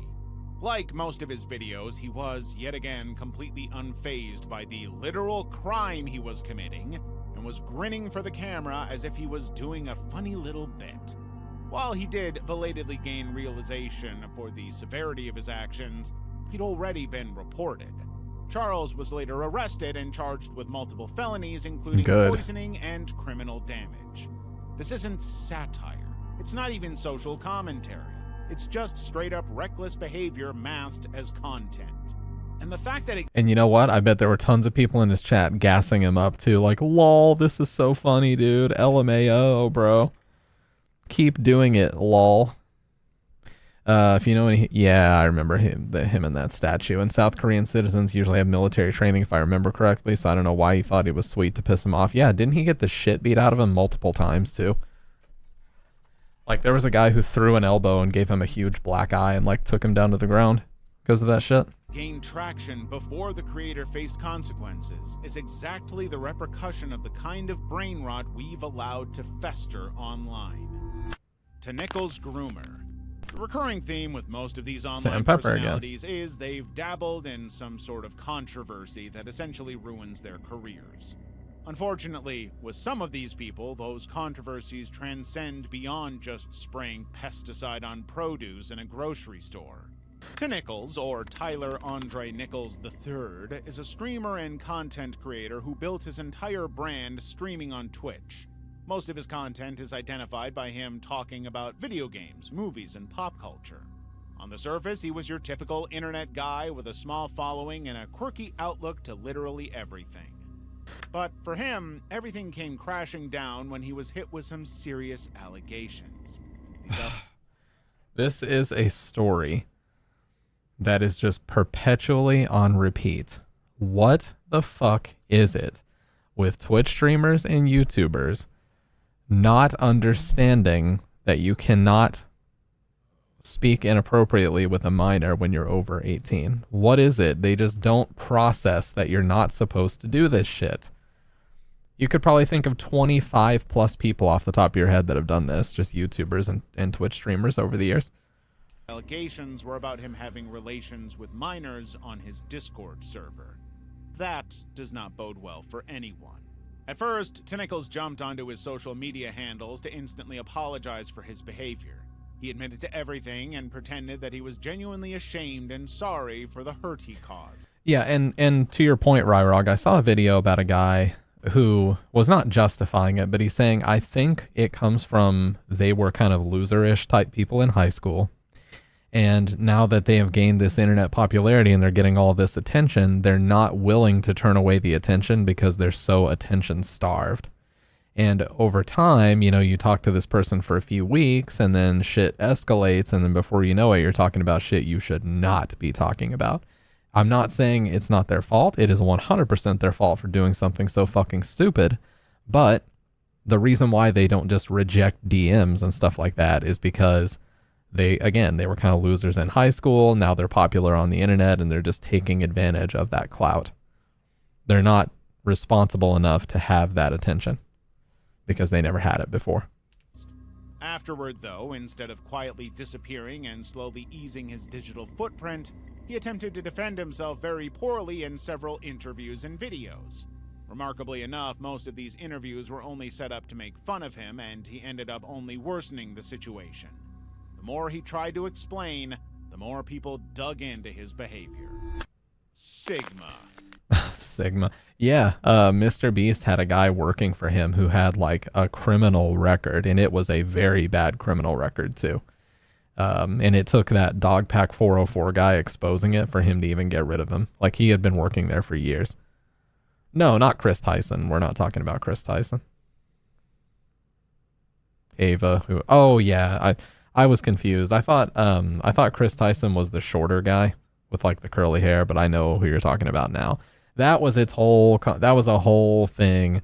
That person has long since been fired for, like, a year from Mr. Beast stuff. But no, there was a guy who was employed by Mr. Beast who had a pretty serious criminal record. That was a whole separate thing, though.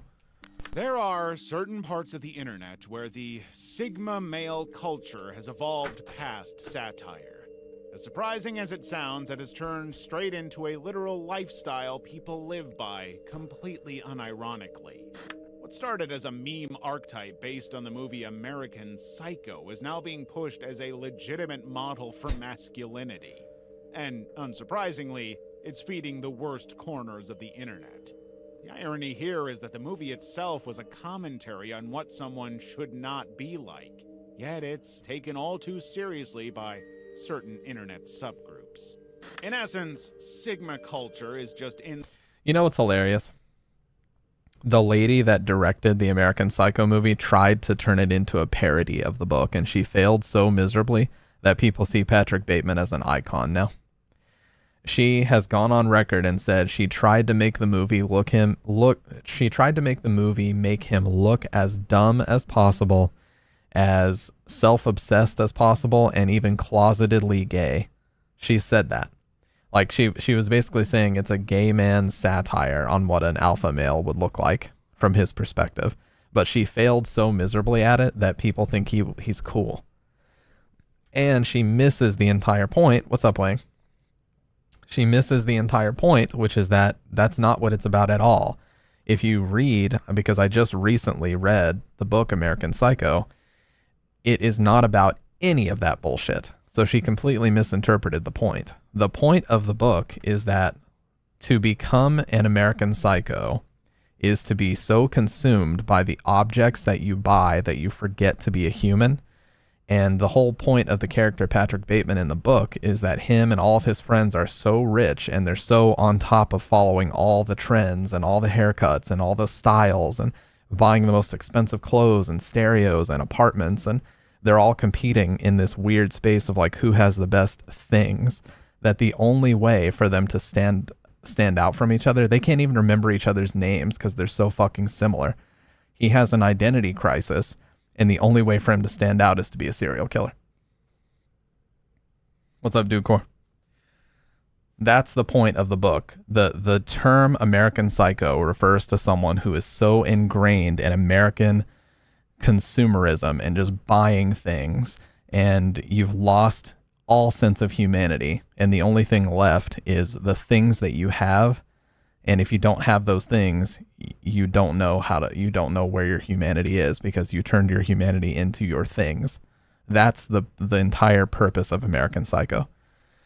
That's why half of the book is just him describing the nice things that he has. Oh, I'm wearing a Gucci, silk tie. I'm wearing Armani double-breasted jackets. And I've got this, half of the book is him just describing brands and how fancy the bullshit he owns is, but it doesn't mean anything at the end of the day. Didn't American consumerism cause the Great Depression? Yeah, largely. So it's hilarious when somebody tries to make an adaptation of something having a complete misunderstanding of what it means. And then they fail so badly in their misinterpretation that they end up having the opposite effect. She tried to make a movie that made Patrick Bateman look like an idiot and make him look like he was secretly gay. But the only thing she did was make him look so cool that people actually think he's some kind of Sigma male icon. It's literally the opposite of her intentions. And they never let her direct another movie after that either, by the way, because it didn't do well. It had a resurgence way later on, and especially in the past few years. I know, like, Blu-ray sales of it have shot up through the roof. Oddly enough. I personally thought less of Patrick Bateman after actually watching the movie. You got to read the book, Ryrog. Trust me when I say read the book, because the book and the movie could not be more different. The book paints a much clearer story of what's going on. And in the end, the message, if there even is such a thing, because the book ends very abruptly, kind of just in the middle of a conversation, the book just ends.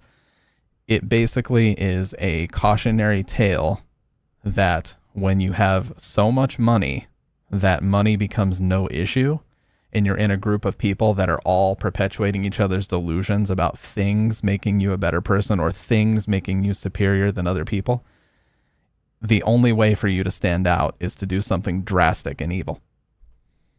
So it's a cautionary tale against, narcissism in a way, against obsessing over your things in such a way that they control your entire life. Because Patrick Bateman, he lives in what would be the word? He lives in like a super fancy condo that has like, obsidian countertops and all these just amazing, like, high-rise apartment in New York. And he has all the fanciest stereo systems and TVs, and all of his clothes is like super up to date. He even like burns and trashes old clothes as soon as it's out of style. So it's basically, you've substituted any semblance of humanity for things. And actually there's another 90s thing that Bret Easton Ellis wrote American Psycho. And he wrote American Psycho because he was hanging out with Wall Street types at the time. And he was seeing this happen in real time. He was seeing them compete over who had the nicest business card, over who had the nicest jacket suit, over who had the nicest shirt, underneath the suit, the ties. Like, he was watching them do this dumb shit in real time. And he was like, wow, if you live in this culture long enough, you might actually go insane and start killing people. Because that's the ludicrous strain that it puts on somebody's brain to always be in that mindset. And so Patrick Bateman is just that concept coming to fruition in a real person. In reality, Patrick Bateman is incredibly insecure. He has no idea how to be social, but he looks nice, he's in shape, and he has the nicest things, so he gets all the attention that those things come with. But under the surface, he has nothing. There's no human being inside Patrick Bateman. He's just a psychopath. Thus, the title.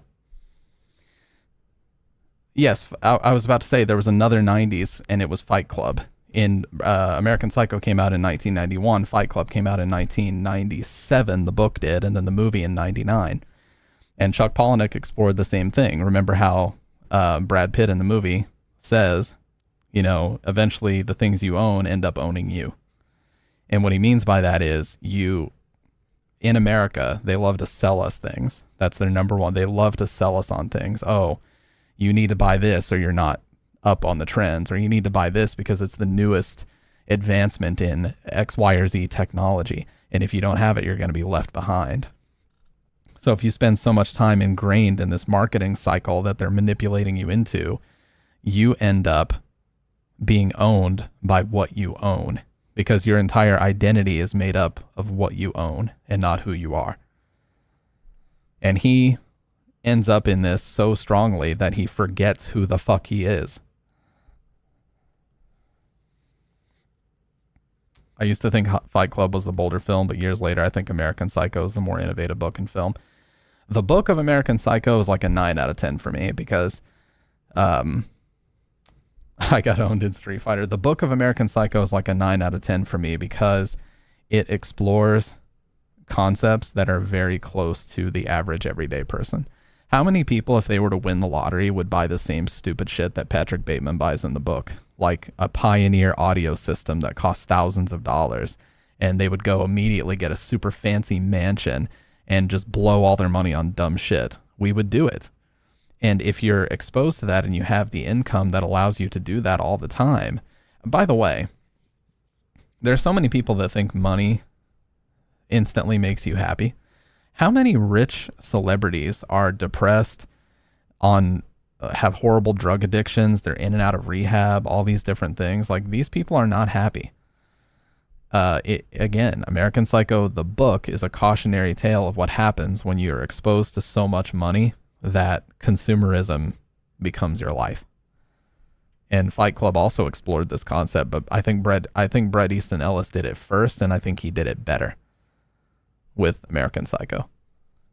But it's a simple concept, but it's something that is very dangerous. And we live in a world now where people go stand in lines to go buy a hatchet that has a fucking Supreme logo on it. They'll stand in line to buy a fucking mouse that's a cheap, shitty PCB and garbage plastic because it has a bunch of holes drilled into it and it's ultra light and it's by a company called Final Mouse. You know, they'll stand in a fucking line in a retail store to buy a piece of shit, cheap dog shit mouse and spend $150 on it. This is the type of world we live in. How many of us have crazy analytical infatuation with random material things like Patrick does with music? Pretty crazy how common we are. Exactly. I'm the same way with Silent Hill. I'm the same way with audio. You know, there are certain things that all of us get hyperfixated on, but, you know, his entire life is the things that he owns, and that shapes his entire identity. There's nothing underneath it either. Nothing. And that's why in the book, he doesn't talk a whole lot about how he feels and how he thinks. All he talks about is the clothes that he notices on other people. He goes and rents a porn tape. And the only thing he talks about of the girl working there, he says nothing about how she looks, nothing about what he thinks about her. All he says is that he notices how cheap her shoes are. You know what I mean? That's the type of shit that's in the book. Yes, he goes and rents a porn VHS tape. Remember, he's always talking about returning some videotapes? Exactly. He describes his morning routine. I've already pulled this up on stream once, but Patrick Bateman's morning routine takes up almost 5 pages of, you know, cleansers and fucking moisturizers and, you know, but, you know, he has to use his ice roller first because you need to condition the pore. Like, it gets absurd, the amount of detail. He talks like 4 or 5 pages of just his face care routine, the shit he does in the morning in terms of sit-ups and crunches and push-ups. Yeah, you thought the scene was long in the movie, Ryrog? It goes on for like a whole ass chapter in the book. And then he describes the Venetian blinds in his apartment and how nice it is and what it overlooks and how it's so close to Central Park and how nice the granite countertops are and the fridge is brand new and the Pioneer stereo system and the TV's cutting edge and it has, you know, a receiver and he's got the top of the line VCR and all this other stupid shit. And then he tells us his name. You know? It's basically, the whole book is just screaming at you. Do not let yourself be controlled by objects. You know, don't let the things you have become your entire personality. Because at that point you cease to have any rational thought. Yeah, it's first person from Bateman's POV, yes. Well, I'm addicted to video games and I want to buy lots of games. Plus, I'm addicted to alcohol too, which I'm not so much now after having another gout flare up 4 days ago, which is going away now. Yeah, I mean, we all have our vices, Matt. It's not to say that, you know, any one problem is more severe than another. But again, you know, going back to the concepts of the book, I feel like are so impactful because when I read it, even though there are some absurd things like the murder scenes and different things like that, which may or may not even be real, I think the absurdity comes from the fact that I found myself in that mentality sometimes. When I was a kid and I saw the kids in school wearing the popular shit, you know, the Abercrombie, the Hollister, whatever was popular, you know, the iPhones when they first started coming around, I was in that headspace and I thought if I only had that, I would be a cooler person. You know, if I only had this material thing, I'd be so much cooler. And as an adult, I realized how fucking stupid that was. As an adult, I realize how fucking stupid that was. But when you're young, you don't think about that. You just think about what's trendy and what's cool and what the cool people are wearing. You know, a lot of things like this. So again, American Psycho is a very cautionary tale of not letting yourself get consumed by this very ironically named consumerist or consumerism that more in America than any other country is really badly perpetuated. There are people who will go into severe credit card debt and essentially ruin themselves financially just to get the latest and greatest, like fashion trends, you know, lots of different things. So people are willing to put themselves into financial ruin to have things and to have like a fancy car, or, you know, you hear about it all the time, like middle class families with 2 brand new cars. And I saw, what's that guy, Dave Ramsey or whatever, like financial advisor. He made a video once. He's like, if you drive by sort of a middle class, sort of 2-bedroom, 2-bath house with a garage and you see 2 new cars there, they're never going to get out of there. Like, he's like, they're never going to get out of the financial state that they find themselves in, because the auto loans are going to be, sorry, I keep burping. The auto loans are going to be so expensive. And the mortgage on top of that, like, they'll never be able to get out of being middle class because they just have too many financial obligations tying them down. Also, the way Bret Easton Ellis writes is very disturbing because it's very convincing about believing in the most inhumane things. Yeah, I describe his style as very nonchalant.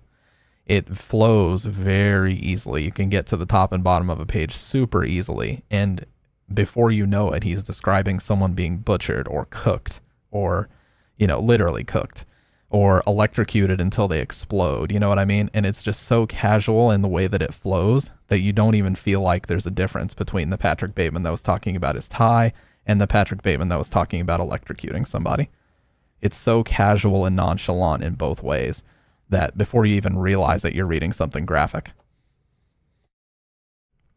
That's why I think the book is amazingly well written.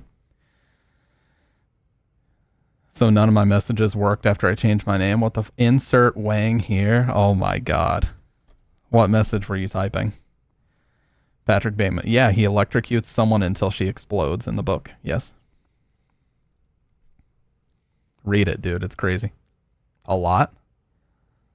Well, if you hit up on your keyboard, it should let you go back to your past messages and paste them again. All I know is this: all the kids who dressed in really expensive clothes had the least furnished homes. I would go to their homes and no furniture with mattresses on the floor and smelled like piss. Yeah, because that was their priority in life, was dressing in really expensive clothes, and they forgot to worry about other aspects of their life. My kid's a psycho because she has a crazy skincare routine. Yeah, nah, that's real. Yeah, it is real. It's 100% real. So it's all about what do you want your priorities to be? You know what, guys? I fucking wear Walmart. Where's the logo? That's the outline of the Russell Athletics logo. That's Walmart's brand of athletic shirts. I don't give a fuck. You know, I'm not out here trying to impress anybody. I wear black Walmart athletic shirts. That's all I fucking wear half the time. I do not give a shit. The kids in school have like designer clothing and Balenciagas that are like $1,000 a pair, also live in the project simultaneously. No, I wasn't calling you. I wasn't calling you that. I said the lady who directed the American Psycho movie was trying to portray him as a closeted gay guy. They're called really good reps. Like, their fits are worth $2,000 each, but they live in the most rundown houses. Yeah, and I'm not saying that that's a universal rule, but, you know, amongst people just prioritize different things, but it gets to a point where you've lost the logic behind it. You have a $2,000 fit, but it's like there's other things in life you could have easily invested that money into that would have been more fulfilling and just better for everyone, not just you. I was making a tee. No, I got you. What's up, Dave? We're talking about American Psycho again. Are you really surprised because it came up in the video, the brain rot iceberg video we were watching? No. You didn't miss the nightmare fuel. We're not even done with the video. We just got detoured a little bit. So, my dad was right the whole time. And when I was growing up, I used to like, when I was like fucking 13, 14, 15, I used to beg my parents for the fancy brands of clothes, and they would occasionally get it for me. But it wasn't until later I just realized how stupid that all was. And honestly, these days when I go out and I see people with like Supreme stuff on, and I think Supreme isn't even considered cool anymore, but when I see people with Supreme shit and like, you know, Nike Techs, run around in Nike Techs for no reason.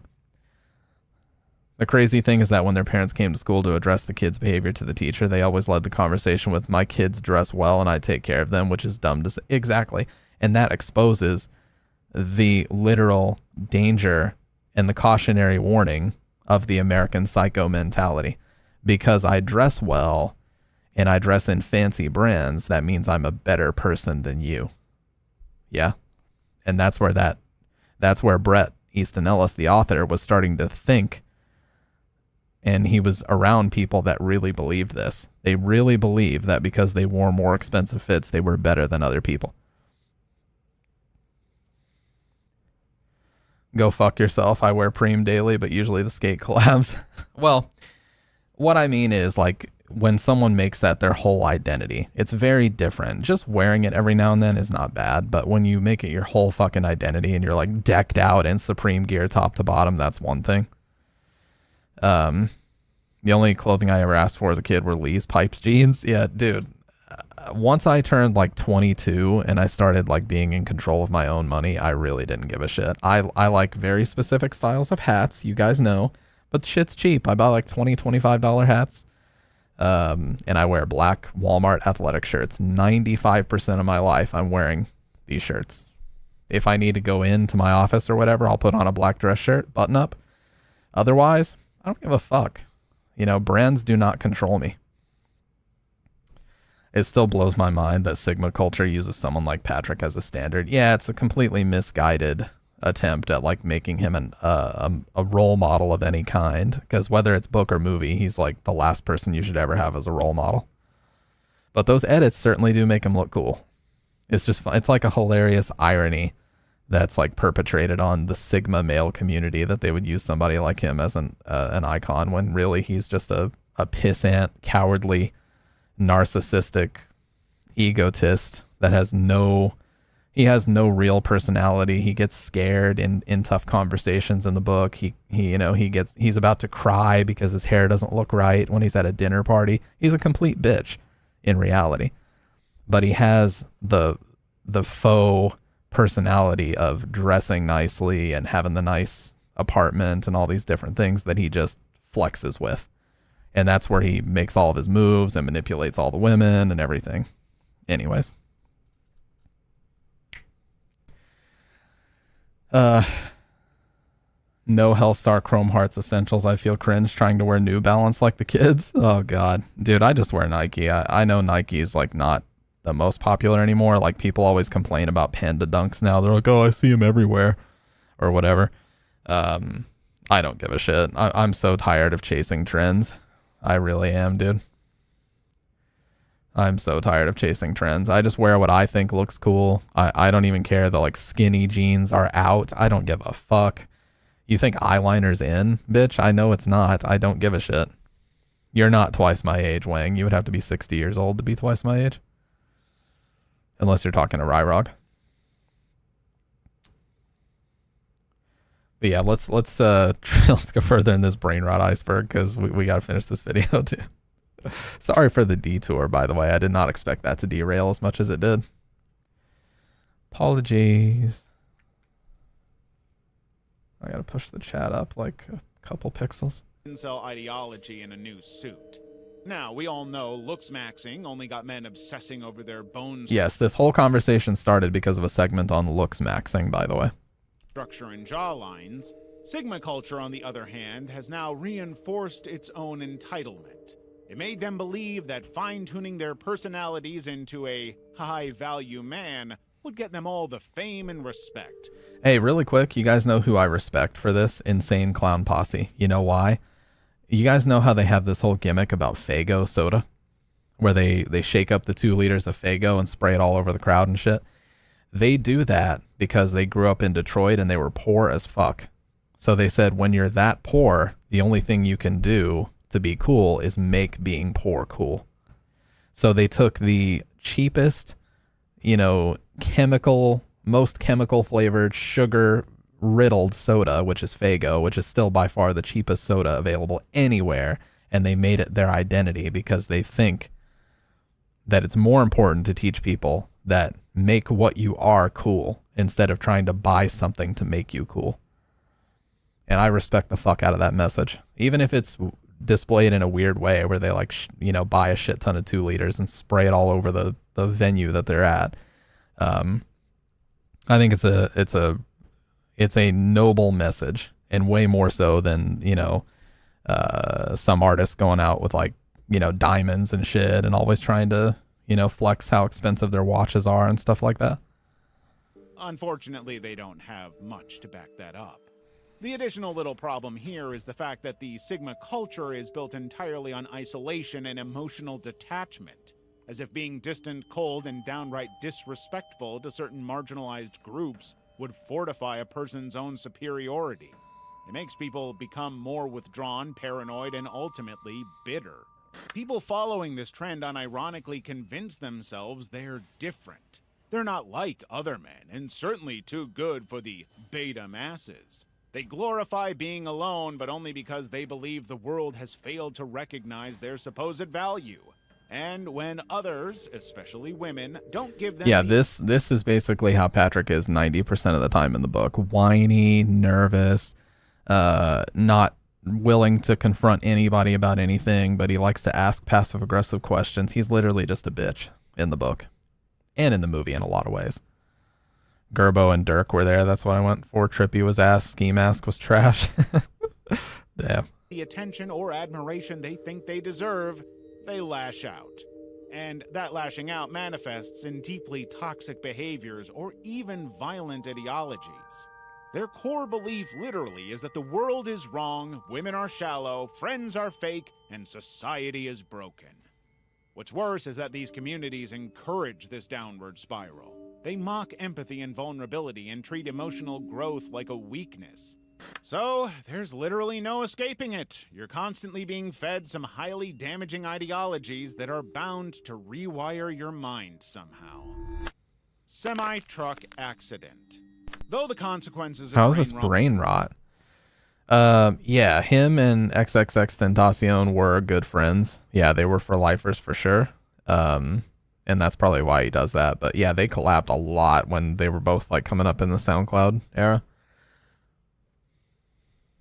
Ski Mask the Slump God. Haven't heard that in a while. Aren't immediately apparent, it unfortunately has a very real cost.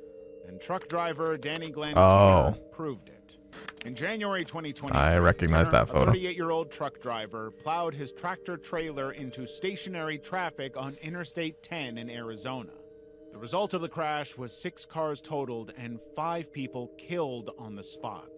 The reason wasn't because he was drunk or was not in the mental state to drive. It was literally because he was watching TikTok videos while driving. Oh This my man God. was literally scrolling through short-form content in a completely trance-like state. You're not old, but you are definitely checked in. Dude, you're way more checked into trends than I am. When he sped on the road at 68 miles per hour and slammed into stopped traffic.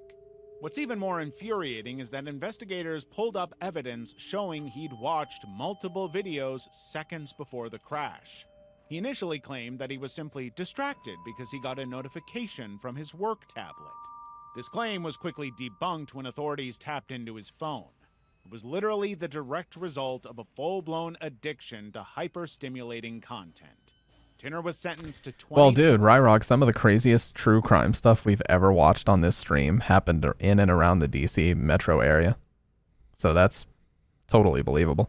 2.5 years in prison. But 5 people are still dead, simply because he needed a dopamine hit when he shouldn't have.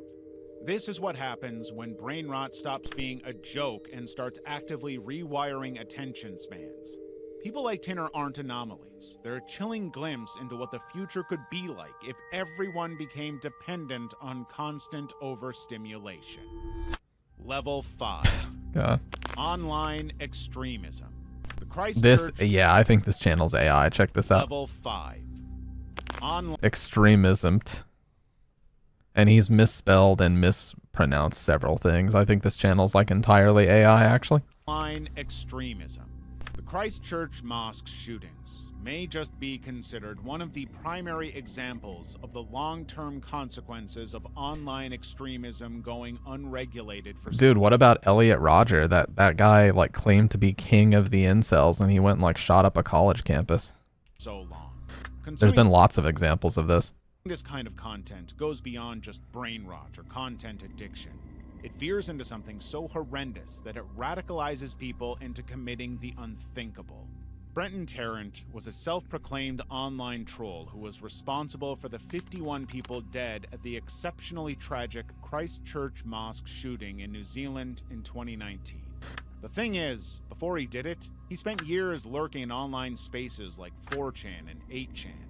Websites like these are basically digital breeding grounds for hate masquerading as edgy free speech. He posted a 74-page manifesto before the massacre that was filled with memes and extremist rhetoric fitting of a teenager. He not only clearly expressed his intent before the shooting, he even filmed it live on Facebook for the world to see.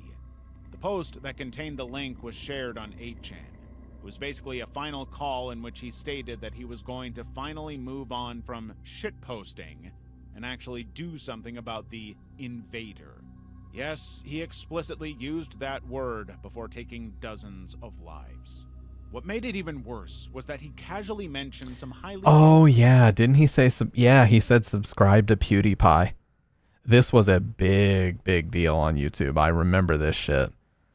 Yeah, he brought a lot of really negative attention. I think it actually caused advertisers to pull out for a good long while too.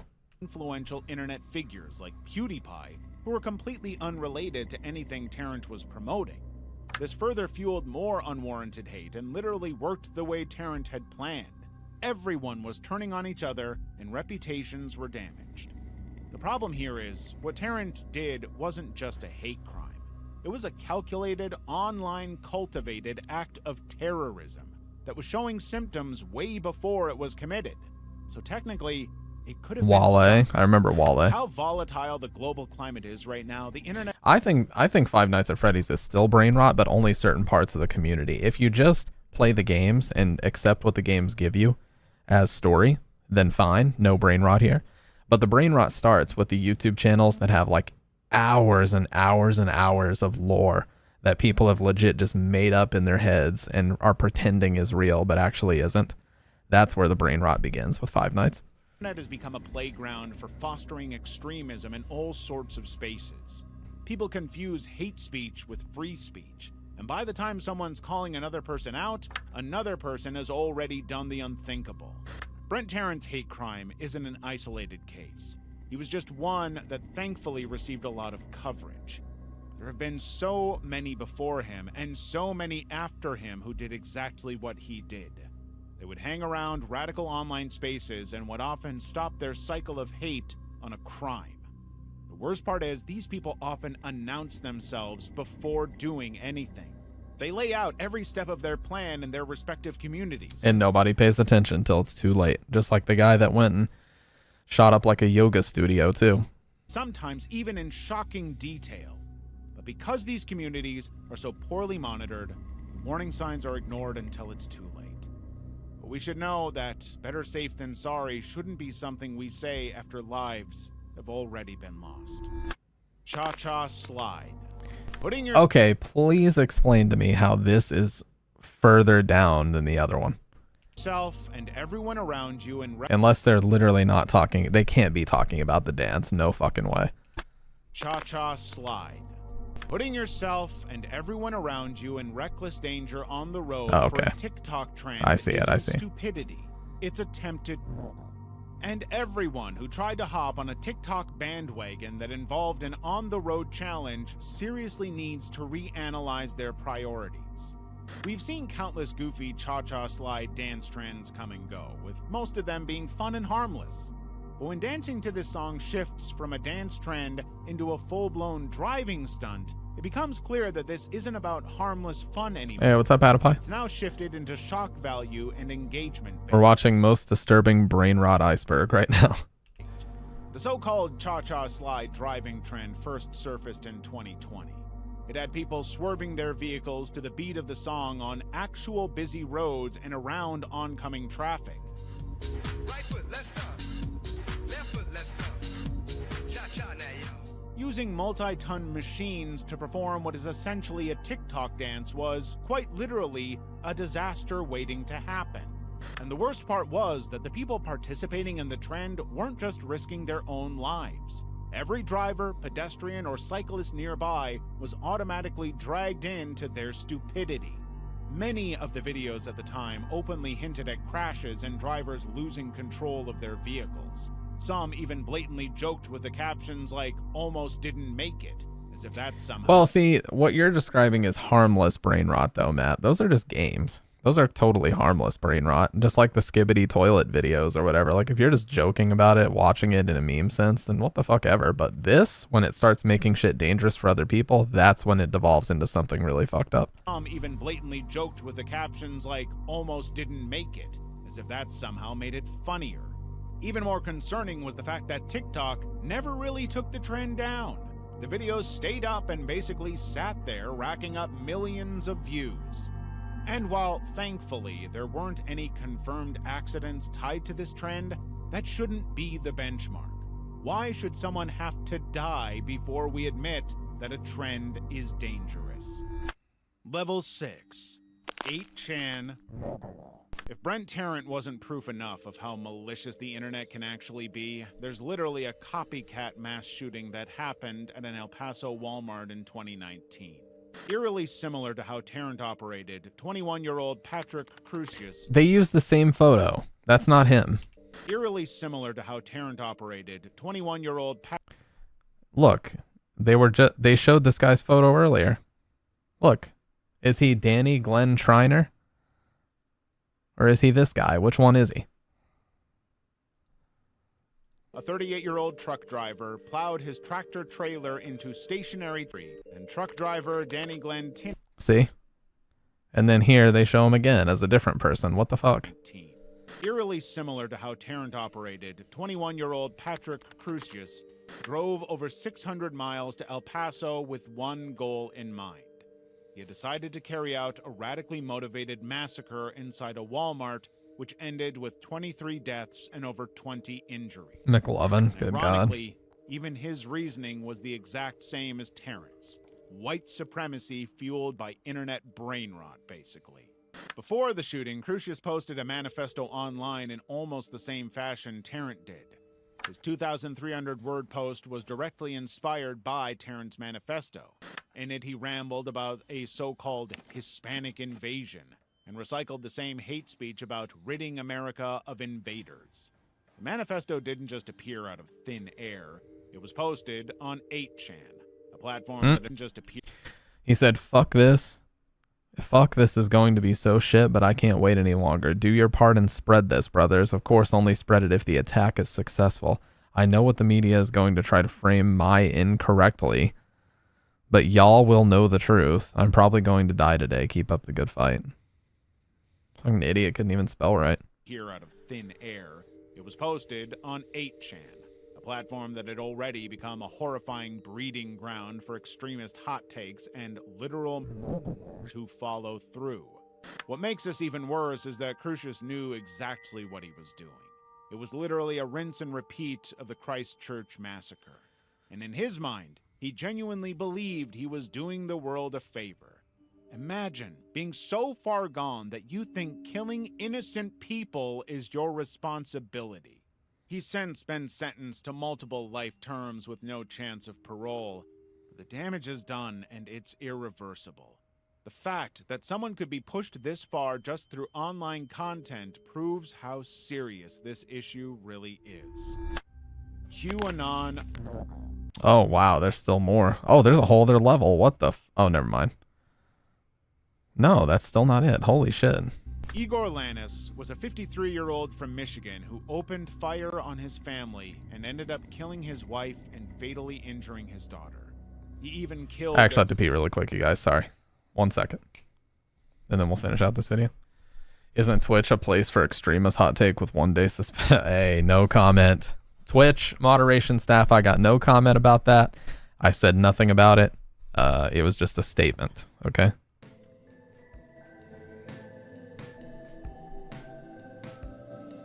Nobody's watching, it's okay.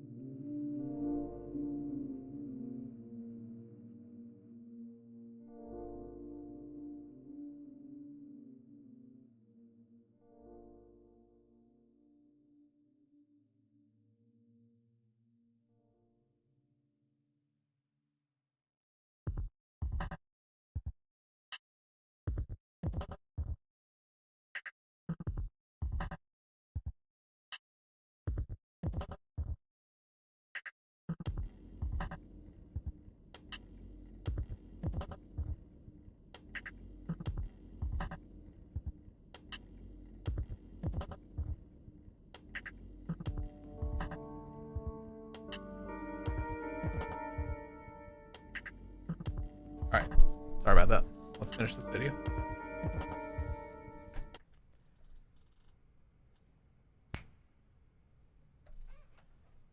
Their family dog. And from the recurring theme of this video, you've already probably guessed what prompted him to. It was all because of a political disagreement fueled by conspiracy theories. Lannis was a chronically online man who had stumbled across 4chan and QAnon conspiracy theories. According to his other daughter, who was not home at the time of the shooting, Lannis was a completely normal man up until the 2020 elections.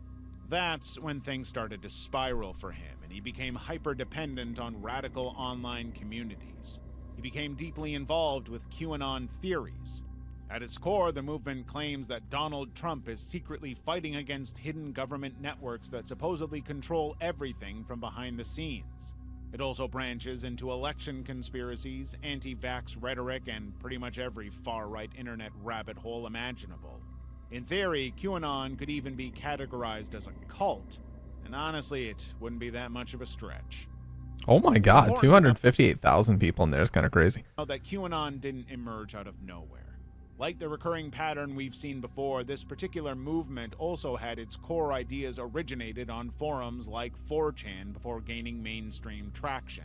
And we've already pretty much figured out by now that these platforms have little to no moderation and are basically hate groups Basically in none. plain sight. In Lannis's case, this exposure ended up having the most detrimental effect on his general worldview.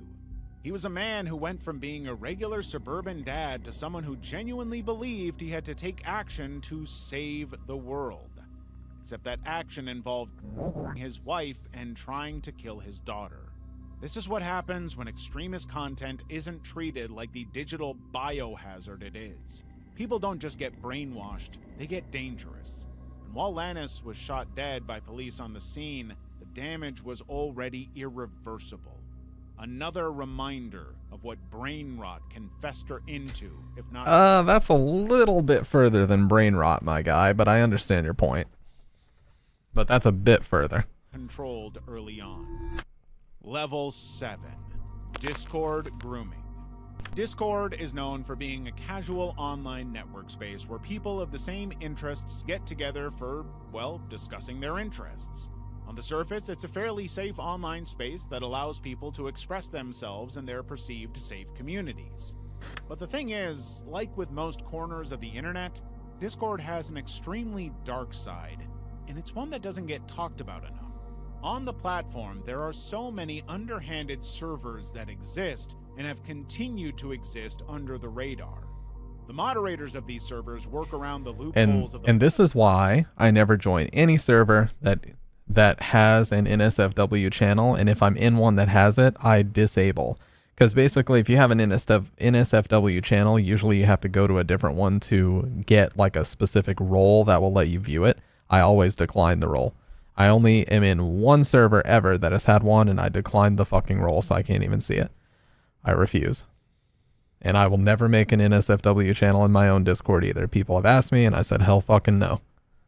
Platform to keep them up and running, and unfortunately, they've succeeded for the most part.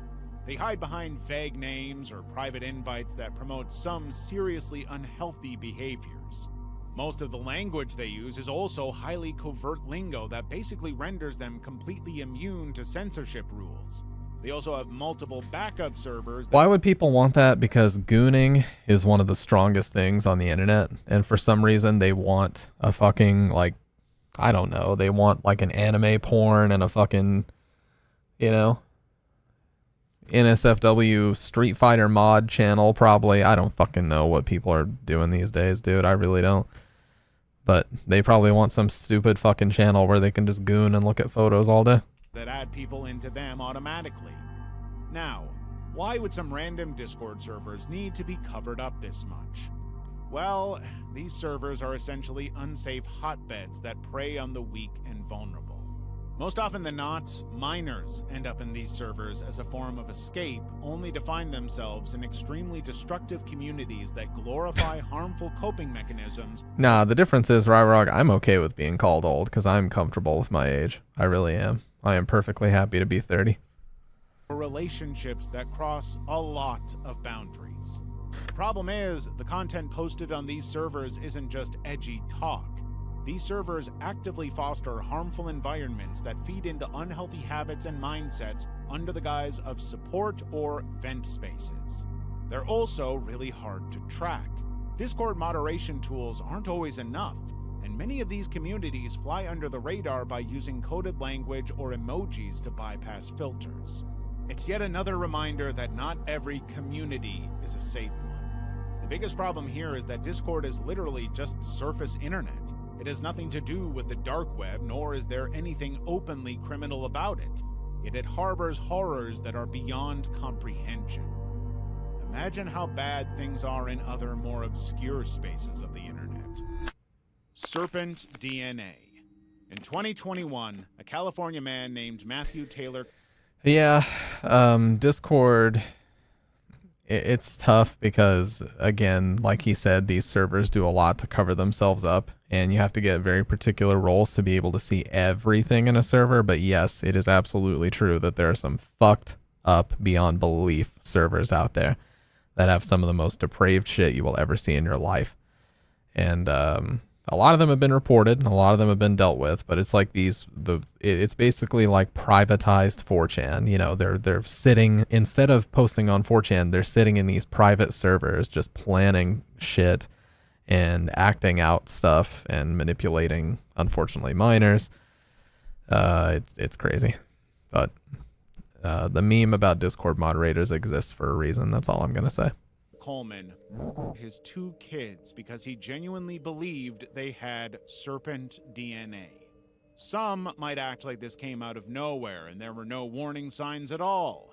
But really, we've seen this play out before. It's literally the same formula most of these tragedies have: overconsumption of internet brain rot and eventual descent into madness. Matthew genuinely thought his children were part reptilian. By the way, there is a lawsuit about something very similar to this called Gonzalez versus Google. I've talked about this several times. But there's a dad who claims that his son was radicalized by YouTube recommendations because it was like recruitment videos for a terrorist org. So he's suing Google because he thinks that the way that their automated algorithm works is very irresponsible. And they were so freaked out by it that they had a bunch of YouTubers get together and make signed affidavits claiming that YouTube doesn't work that way and that they don't believe the guy. So that's how you know they're scared, because they have like an army of lawyers that can deal with this, and they still felt the need to reach out to YouTubers and ask them for help. So that's how you know that they actually thought there was something legit here.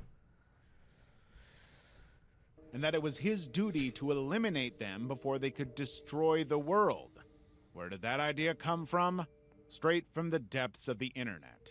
More specifically, QAnon platforms that double as some of the most deranged conspiracy pits. Coleman wasn't just... he was mentally unwell. He was already emotionally and psychologically vulnerable and was clearly in need of help.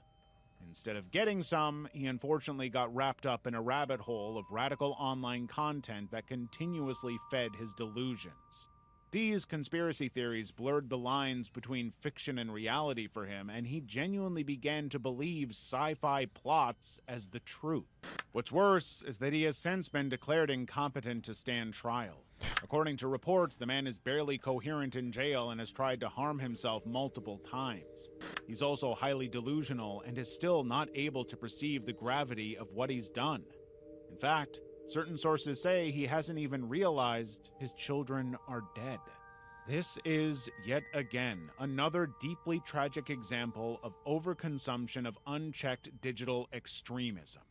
The longer we treat it like it's just weird internet stuff, the more damage it's going to cause. Yeah, it reminds me of that guy in the body cam footage video we watched just a couple nights ago, where he slashed that girl in the bathroom or whatever, and he was going on about, you know, I was trying to tame her because she was a demon called Eve, and because of what she did to me, I had to, you know, make sure I put things right. Like, what in the fuck are you on about, you actual fucking freak? I mean, I know mental illness is a massive problem, especially in America right now, which is undeniable, but holy shit, dude. You guys want to watch YouTuber with 17 million subs tries to escape cops? Hey. Brand new Explore With Us body cam video uploaded 23 hours ago. Not even a day old. Look at that.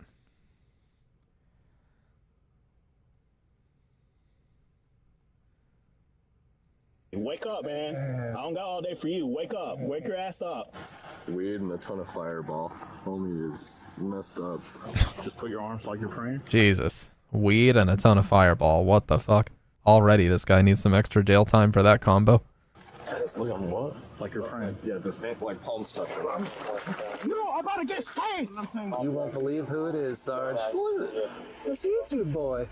On March 20th, 2024, officers in Jacksonville, Florida receive report. The best narration voice. By the way, I just want to test something. This guy sounds like he's the same narrator from a TV show called Cursed. We all get a...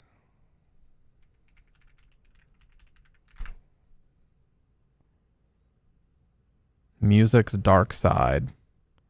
Jimmy Page, guitarist and founder Yeah, this is another narrator voice that I really like. of English rock band Led Zeppelin. Yeah, I can't let that play though because it's got a whole lot of love. Reports of a man sleeping on a residential street. What they don't expect is to find one of YouTube's most popular former stars, who turns a simple wellness check into a Who is that guy? He looks familiar. chaotic encounter, leaving another mark on an already unraveling legacy. I'm going to jail again. You can Minecraft that. Oh, Minecraft. Minecraft YouTubers. Why am I not surprised, dude? Why am I not surprised? The following is based on official police records, and the footage has never been seen before. Please note that all persons charged with a crime are presumed innocent unless and until proven guilty in a court of law. It's near midnight when dispatchers receive... You believe aliens and ghosts are real? I think that people have a tendency to blow things way out of proportion, and there are a lot of logical explanations for certain things. I have not personally experienced anything paranormal that would make me believe ghosts are real, nor aliens, but I know that some people have a tendency to believe in something so strongly that they will convince themselves that it's real. Not saying that's you. I'm just saying, like, some people believe in it so strongly that they will just immediately jump to any evidence as being real. Even if it's found to be fake, they'll deny it and say that it's actually real. So I think that it has just created a lot of cognitive dissonance about it. But that's just me. receive a 911 call from a concerned Florida resident. Hi there. I just came home from picking my sister up at the airport, and there's a man kind of laying in the road. Any drink or drugs, weapons involved that you know of? I do not know. Do you think he's trying to harm himself? I think he might be dead, or I don't know. An officer arrives to find a man lying on the pavement beneath a streetlight, dressed only in shorts and a t-shirt despite the chilly 45-degree weather. Hey, buddy. Hey. Hey, sheriff's office. Do you live here? Huh? Hey, wake up, man. I don't got all day for you. Wake up. Wake your ass up. You had a bit too much drink tonight, man? You're good? You live here? I'm good. What the fuck? He says I'm good. You live. I can't hear you, man. I believe that we can't be the only living things in this big space thing we float in, but ghosts, I don't know. Yeah. There was even that guy at Congress meeting a couple years ago confessing about how he's seen alien remains and technology. He had to be discreet for obvious reasons, but that shit is definitely real. There was also a guy that went on Joe Rogan's podcast. I think you might be talking about the same guy, where he was kind of discussing the old Area 51 location. It's moved. There's like a new Area 51 location now, but yeah. Sorry. You had a lot of what? See something, Carlos. That alcohol, I'm guessing? Yeah. Okay. Sorry, bro. Do you live around here? Yeah, do you want to say it? Do you have like an ID on you by chance? Okay. See, okay. Well, I just want to make sure you get home safe, that's all. Yeah, I got it. Sorry, I didn't even see it. I'm so sorry. Well, nothing that annoying. Sorry, bro. No. Do you have an ID? Like a wallet on you or anything? Well, I'm good. In like 5 minutes, I'll give it to you. All right, well, hurry up, bro, because you're about to be going to jail. I'm going to jail? Yeah, you're sleeping on the ground. I'm so sorry that my parents had chilled to me when I was here. Do you even live here? Where do you live? The man is able to provide an address, which the officers quickly note is nowhere nearby. Commissioner Drive? Commissioners. Where's that at? Is that by San Pablo? Is that by San Pablo? Yes. So what are you doing all the way down over here? If you live? You're a ways from home, bud. Probably at least like 20 minutes out. How did he even get here? Again, friends wanted to come over to make sure I was good, that's all. So how do you get over here? That's all they did. Somebody dropped you off here? Yeah, they dropped me off here, yeah. You need rescue to come check you out? No, I'm actually fine. I'm sorry. Okay, well, can you call Uber or somebody to come get you? Because you're in this condition, you're not even safe to walk. Oh, yeah, I apologize for that. I didn't... Yeah, you just call a friend. Yeah, do you got, like, anybody that can come pick you up? Because, like, seriously, you're, like, 20 minutes from home, man, and that's, like, fast driving. You're out in the middle of nowhere. Yeah, I apologize for that, to be annoying. Well, what's your name? Pat. Pat? What's your last name, Mr. Pat? Julian L. Can you spell that for me? Better known as Pat, 35-year-old Patrick Thomas Julianell is the creator behind the massively successful YouTube channel, Popular MMOs. Oh, okay. That's why you said Popular MMO. Yeah, I did not know that. Content primarily focused on the game Minecraft, earning him over 17 million subscribers, before he suddenly stopped uploading in 2023, leaving fans to wonder where he'd gone. When officers ask Pat if there's anyone he can call to pick him up, they quickly run into a problem. Oh no, it's dead. Dead? Yeah, that's what it's saying, is like that little battery alert you're getting? Yeah. That means it's dead and you need to charge it. Yeah, that's what that means there, Chief. Could you try to spell your last name for me? I understand it's French. Can I have that? So sorry. Yeah. It's not like I can't spell it. Well, again, I'm not trying to be a jerk to you. I can spell it. While one officer returns to his cruiser to find a phone charger Pat can use, the other stays with him as he begins to voice a concern. I don't really feel like getting arrested. Typical entitled YouTuber. I don't feel like getting arrested. Yeah, you're Wow. sleeping on the ground. Yeah, no. Multiple people are calling it in. Their person might be dead. Yeah. Yeah, the person doesn't even live here. Yeah, I know. You want to sit inside the car. It's nice and warm. I just hope I don't go to jail again. Pat is no stranger to the justice system. On May 16, 2021, he was arrested on charges of domestic battery causing bodily harm, but the case was later dropped. According to multiple news reports at the time, Julia Nell posted a statement on Twitter shortly after the incident that has since been deleted, claiming the accusations were false. Unfortunately for Pat, his fear of returning to jail is about to become a bitter Yeah, reality. he was actually just filming Minecraft in real life. All right, come on. Come on, stand up. It's like, probably You don't. Many months of going to jail and stuff. Okay, you don't have no weapons, anything on you? Okay, come on. Place your bag on top of my hood. I just gotta pat you down before you go inside my car. Place your phone right there. Okay. Just real quick, just put your hands out. You don't have no weapons, anything. You don't have anything on your bag that should be worried of. Any drugs or anything? Huh? No, it's just called. Do you mind if I search your bag real quick? Officers allow Pat to warm up in the back of the cruiser while his phone charges in the front seat. At the moment, he I was going isn't to say, under can't they let him charge it? arrest or being detained. However, the situation quickly changes when officers look inside his backpack. I'm gonna glove up before I start touching. Oh, this is where they find the weed. Fireball. Yeah. Homie is messed up.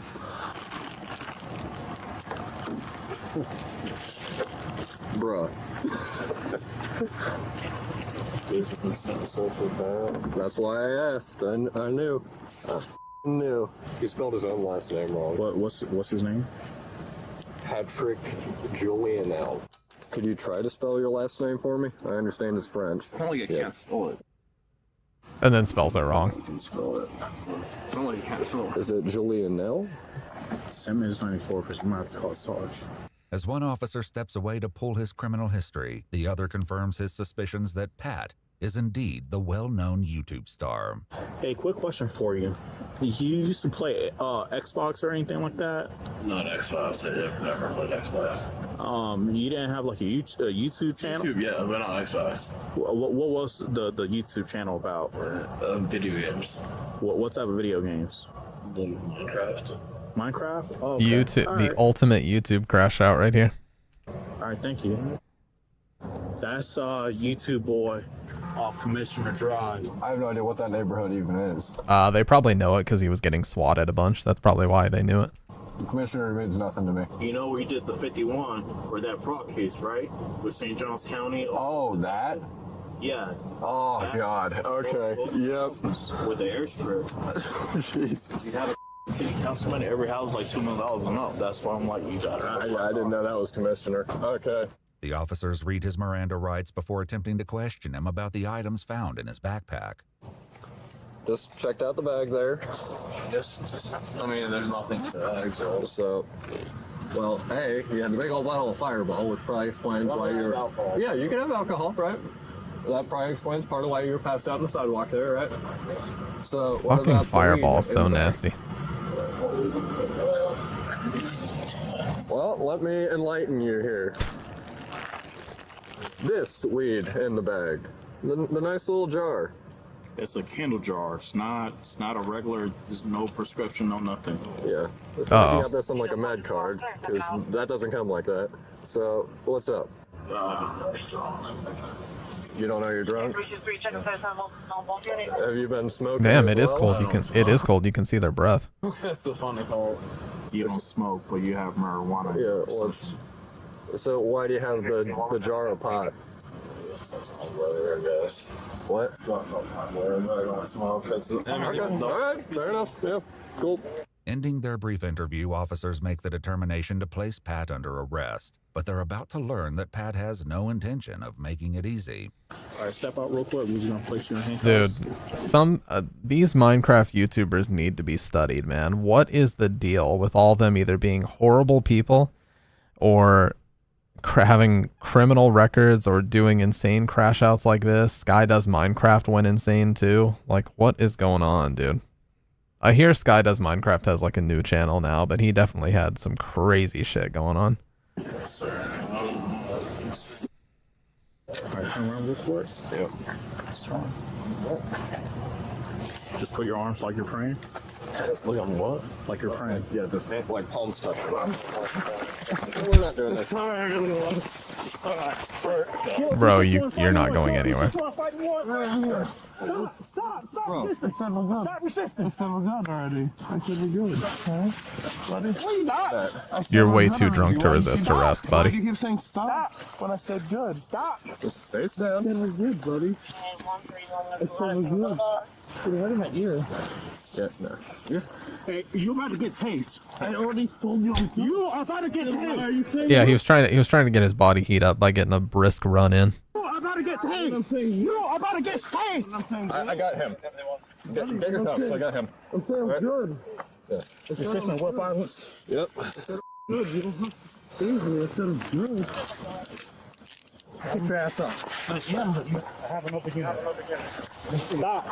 I didn't do not kick. I didn't do not kick. Did I kick anything? Alright. I gotta pop this and you're gonna sit in, alright? Hey. Buddy, I didn't do anything. Okay. Yeah, get on in. Let me in. Get your feet in. Yeah, I'm trying. Backup soon arrives, and officers engage in a short discussion about the YouTuber's fame, fortune, and disappearance from the platform. YouTube boy, they call him. He's big on, well, used to be big on YouTube. Playing Minecraft. And my audio blew up. Got him. A lot of money. Good. What did he do here? Say a friend dropped him off. But it doesn't make sense. While sitting in the back of the police cruiser, Pat asks the officer a question. Depends on the question. We're not messing with that right now. You already... No. Respectfully, we had to fight you to get those on, so I'm not gonna try to do that again. He likes to party with strippers a lot, so he disappeared off YouTube and now he parties with strippers. The definition of, like, not even necessarily crash out, but, you know, what's it called? Like a burnout. Yeah, like the definition of a YouTube burnout. So he's like currently big in Minecraft now? No, he died off about a year and a half ago. He made Millions. I looked him up on YouTube before. He was making plenty. The sergeant finally arrives, who will soon remember Pat not by his YouTube fame, but by another of his arrests that went viral. You won't believe who it is, Sarge. Who is it? It's YouTube boy. He's the one who ran through the gate again. Yeah. The Jaguar game. The Jag game. In 2022, Pat and two others were arrested after one of them ran onto the field during a Jacksonville Jaguars football game. He received a withhold of adjudication and a sentence of 2 days in jail with Used to watch this guy when I was younger, kind of wild, yeah. credit for time served. He was also ordered to pay $408 in fees. One of the officers fills the sergeant in on exactly what happened when they attempted to place him under arrest tonight. I'm sitting in the front lounge behind him. And he's like, with violence, as well as possession of marijuana under 20 grams. His bond was set at $2,503. On March 20th, 2024, he was declared indigent, meaning a determination was made that he couldn't afford a private attorney, and he was appointed a public defender. Wow. What happened to his money? Did he blow it all? He initially entered a plea of not guilty, but later accepted a plea deal on November 20th, 2024. As a result of the plea deal, adjudication was withheld, and his possession charge was dropped. Pat was sentenced to complete 12 months of probation, 100 hours of community service, and a mandatory substance abuse evaluation with follow-up treatment. He was also ordered to provide a $1,000 donation to the Police Memorial Fund and write an apology to the officer he assaulted. However, on January 8, 2025, he was found to have violated his probation due to substance-related issues after failing a drug test on December 20th, 2024. Oh, wow. He didn't just fail it, dude. He fucking failed it with flying colors. Look at this. He had MDMA, ecstasy, cocaine, and benzodiazepine, which I believe is a nerve pill, in his system. Pat claimed he was given Benzos? a pill at a party several days earlier and didn't realize what was in it. This violation led to a warrant for his arrest issued on January 10, 2025. On February 2, 2025, police responded to Pat's home address in reference to a mentally ill person, where he then was arrested for the active warrant. His probation was subsequently modified to include GPS monitoring and completion of an inpatient treatment Oh, benzos are anxiety, like Xans. Yeah. program.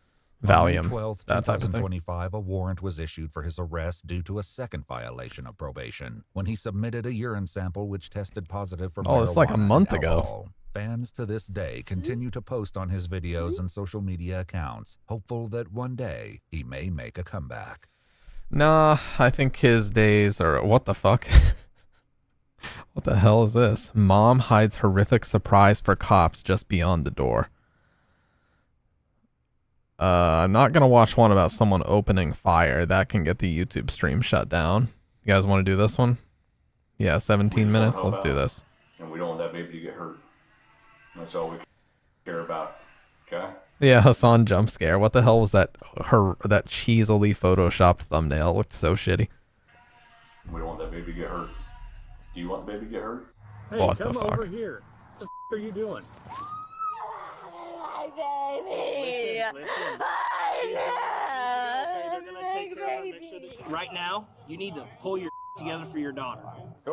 What the hell is going... Oh my god. When two officers respond to a report Yeah, I was going to say, what the hell is going on here? And then she fucking pulled that out. of a physical domestic disturbance, they have no idea that they're taking their final steps toward one of the most horrifying police encounters ever documented. The police department releases an edited body cam to the public, but it's only now that the full story of this bleak tragedy can be told. They just show the wildest clips without context to kick off the vid. Talk about a hook. Well, I mean, at least it's actually happening. It's not fucking clickbait.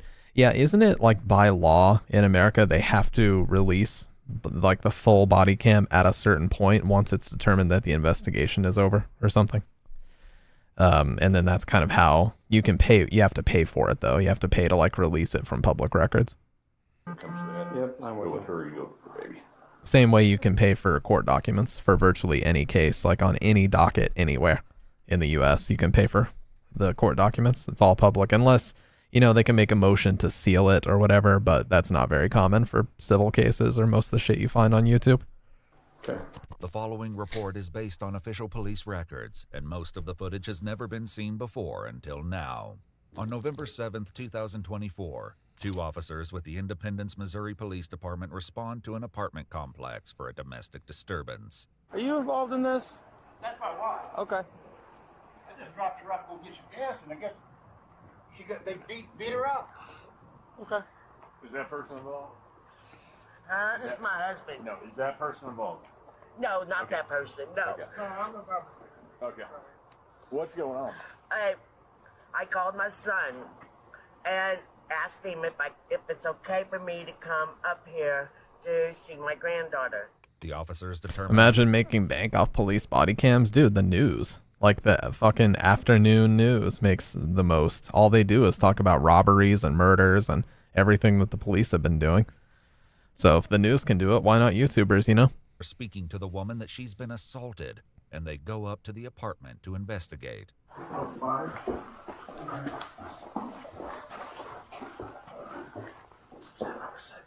It's 5. Okay. The officers wait to speak with the occupants, Mitchell Holder and Maria Pike.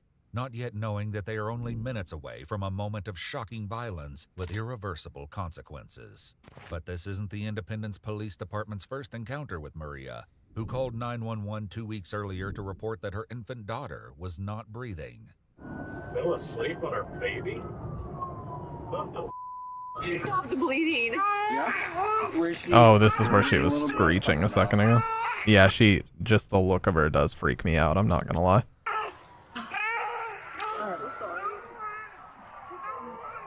She's 2 months, please. I fell asleep on her. Okay, look, you're gonna go to the hospital. 643, you've got control coming out here. But she's breathing. Maybe kind of sit a little more forward. Okay. Well, my understanding, Ryrog, is that it's trained to be an absolute last resort. Like, if all other attempts at non-lethal force have been used, then you should use it. But then and only then. That's probably why it takes him so long. She's good. She's good. Hold on. He's gotta look inside. Okay, back to the throat. It's a little red. Hey, ROB kit. Why is he bleeding? As the medics tend to Maria and her baby, additional officers respond to the scene. This lady has something severely wrong with her. Severely. Hey, ma'am. Hey. Look, baby's here doing good. What's her name?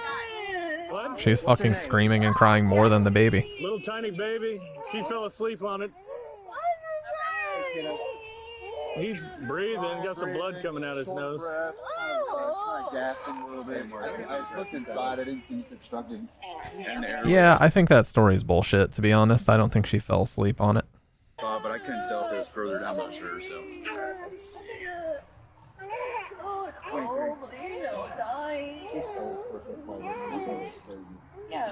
Fuck is this lady's problem, dude? I got her. Hey, I need you to wake up. We need you to stay here. We're gonna do some things, okay? Ma'am, Okay. ma'am, let's get some information. We gotta talk to you, okay? Let's get some information. There, we'll get it from you. What's your name? Okay, hold on, ma'am. This lady is not even here right now. She's a fucking 1,000 miles away. Did you see that 1,000-mile stare on her face? There, we'll get it from you. What's your name? Okay, hold on, ma'am. Wait, where? They're not taking her away. They're helping her. We're gonna get you to her, okay? There is nothing you can do right now except talk to us, okay? You have a camp back there? No, I'm sleeping back there. It's not my boyfriend. You gotta stay still and talk to me. She said she was asleep in the woods. She was over there in Parksville. Yeah. Hey, come over here. What the are you doing? Just not listening. There's nothing you can do. Let them do their thing. And we're gonna take this. Hey, ma'am, you gotta talk, okay? What happened? I fell asleep on her. The officer takes Maria's knife. Good idea. Foreshadowing the tragedy that will unfold on November 7th. Meanwhile, other officers inspect her wooded campsite. Got a little shack or a little ramshackle camp. It's posted. So, I mean, hopefully they take this kid away from her. Nah, probably not. Living out here in a... They'll call her and they'll do one of those sit-down meeting things and call it a day. I mean, he's not wrong. The EMTs are concerned that Maria may have had a more active role in harming her baby. Hey, look at me. Yep, general rule of thumb is if somebody's acting like this, which is guilty as fuck, and makes up a weird fucking story that makes no sense, they definitely did something worse than they're letting on. Look at me. Look at me. Did you hit her in the face at all in any way? Like trying to help her or anything like that? Could you have accidentally struck her in any way? I don't want to be a body language, like an analyst person, but it's funny how one of the number one tells that somebody is lying is before the question has even been fully asked, they'll start shaking their head yes or no, and sometimes they'll say the opposite. But if they shake their head a certain way and then say it the millisecond the question is over, that's a guarantee that they're lying. Like trying to help her or anything like that? Could you have accidentally struck her in the face? No, when I was just We're just trying to keep her on this side of the road. From where? Her nose, her mouth. I was trying to resuscitate her. Please don't leave. What? Blowing, I'm squeezing her. I was shaking her, trying to wake her up. she say she was shaking? Yes. Slightly shaking, yes. Slightly. But if Maria's composure is tenuous, it's only when the ambulance begins pulling away with her baby that she loses control. This is where she starts screaming. Listen. God, shut the fuck up. You freak. Okay. She has to go to the hospital. Okay. It's okay. It's okay. Listen. Mariah. Hey, Mariah. It is fine. What's important right now is your baby's going to the hospital, okay? Okay? Listen to me. Listen to my words. Hey, let go of this car because they're going to go towards your daughter, okay? Let's let go of this car. Oh my God, shut up. Fortunately, the officer's assurances don't make it any easier to get information from the distraught mother. If you, just from the way that all this went down, this should be enough evidence for CPS to step in here, in my opinion. CPS needs to step in, take the child. I don't know if they're going to have to put it into foster care or what, but clearly this lady is not fit to raise a baby. Not at all. Right now, you need to pull your together for your daughter. Look at her drooling. You can literally see her drooling. This lady is beyond help. Officer's assurances don't make it any easier Look at the to get top. information You can from see the her distraught drooling. Mother. Hey, right now, you need to pull your together for your daughter. I know you are. So, hey, we need to try to get a hold of your dad so we can figure this out. What is your dad's name? They do, man. Mariah? If you don't, it can be somebody.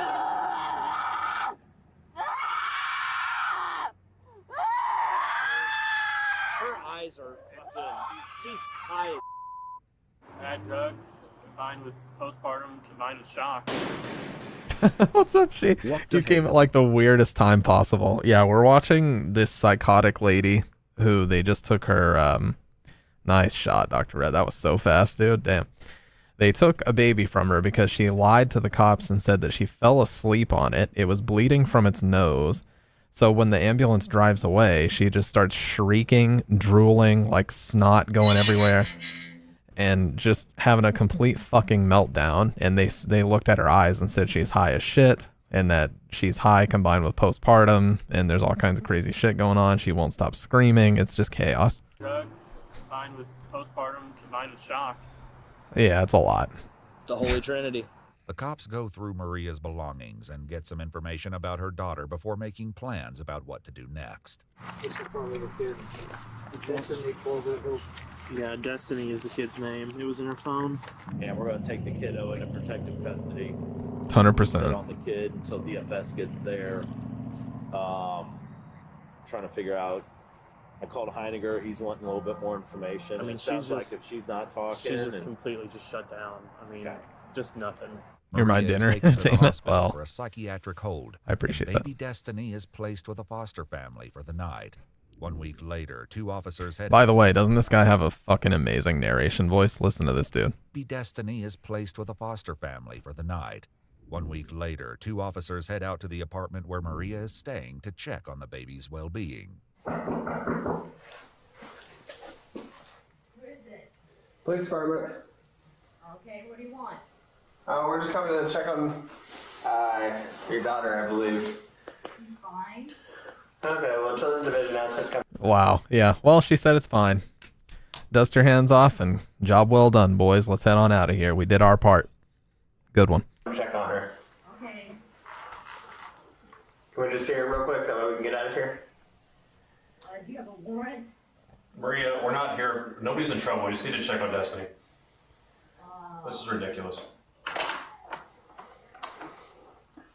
For the record. And of course, yeah, gets her phone out because she knows she's doing something fucked up. So she's going to get her phone out and try to pretend that she's in the right. I love when people do this. It's such a Karen fucking behavior.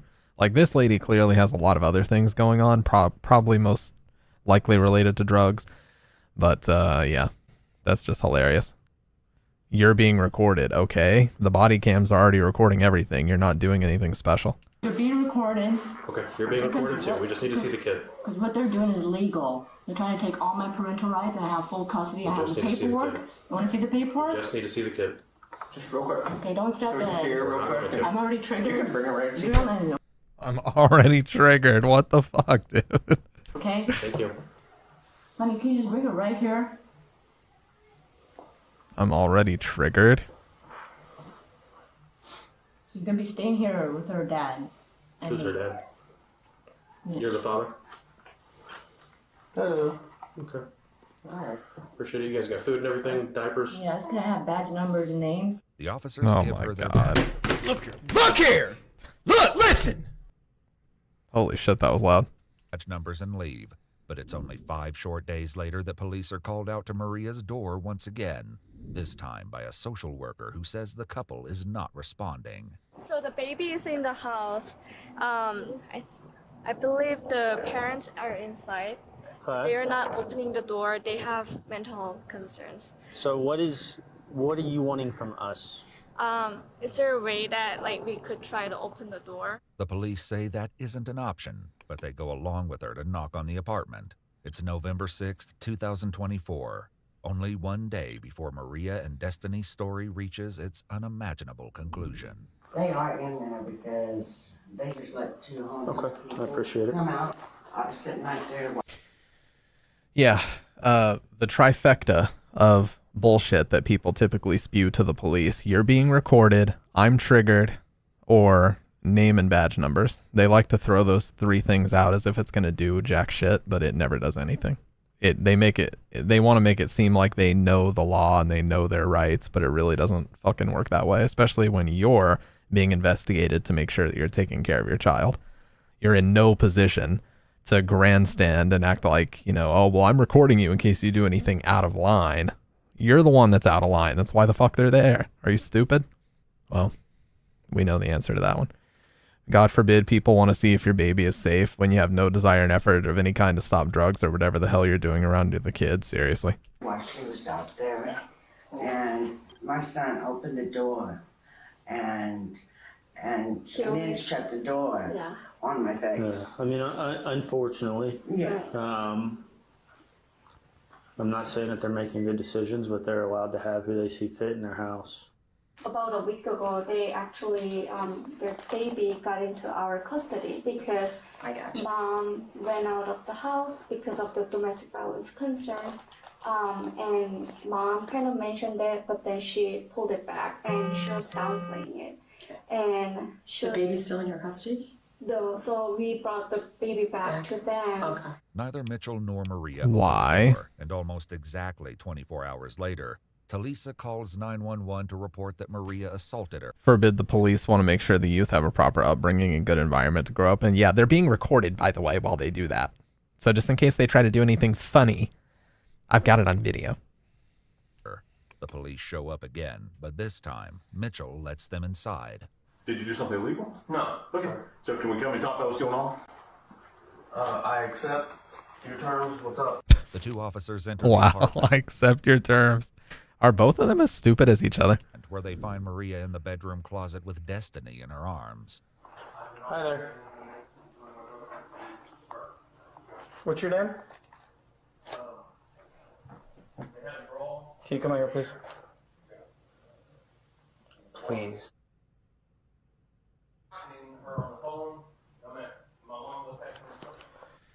Some of the friends have children, but they still do drugs, and some of them don't have their child because they seem to want to. Yeah, exactly. They chose the drugs over the kid. How fucked up is that, man? Such a tiny apartment. Yeah. I got her in the closet. This is like fucking actual Rosemary's Baby shit. Are you okay? Disturbing. Are you hurt? Okay. Can we put the baby down, come in here and talk and figure out what's going on? As the officers try to coax Maria out of the closet, other cops begin racing to the scene. Just say one of the officers is working in here that responded to that call. She said the last time she was contacted, she had a large knife and a knife holder attached to her belt. With that unsettling warning coming over the radio, they prepare for what they're walking into. They're both off, by the way. Bro, if I hear that shit, I'd already be one hand on the taser. Don't even fucking play with that. If I hear that somebody's got a large knife and might brandish it on me, I've already got a hand on the taser as I walk in. Like, yes, everything is that. And they have an incident. They have a baby.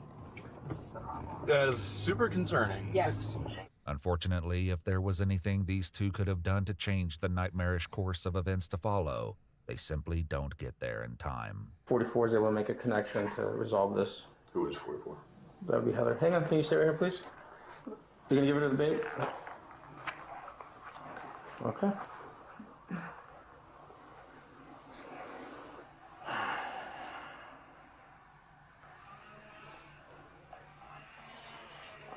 We just want to help out, and we don't want that baby to get hurt.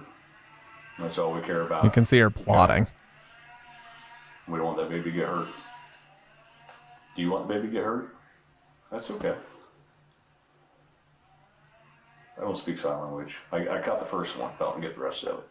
Hey, Mitchell, does she speak or is it sign language only? It's only sign language. What can you tell us? Meanwhile, she was able to speak perfectly fine a month ago. What the fuck is this? A new act she's putting on? Sam? She writes some things down so I can talk to her sometimes.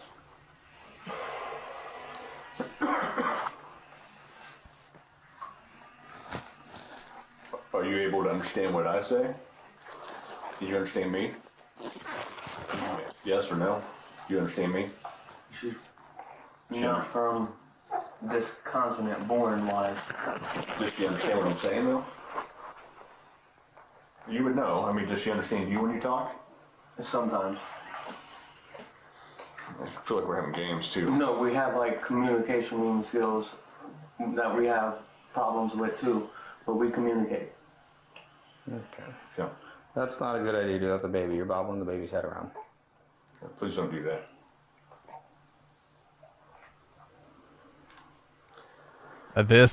I don't think I've ever seen a more obviously fucked up person in my life than this lady.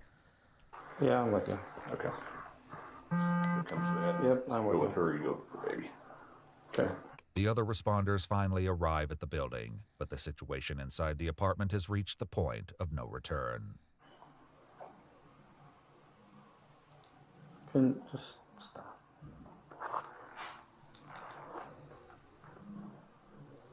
Go. Whoa! Officer Jordan White raises his gun as Maria approaches and fires 4 quick shots in a row. 32 shots fired. Someone just shot at me and Heather in the apartment. Get the knife. Oh my God! Get the baby, get the baby. Get the baby's Jason. Jesus Christ. Go, stay down, stay down. I am! Cuff him up, cuff him up. Baby on your back, now.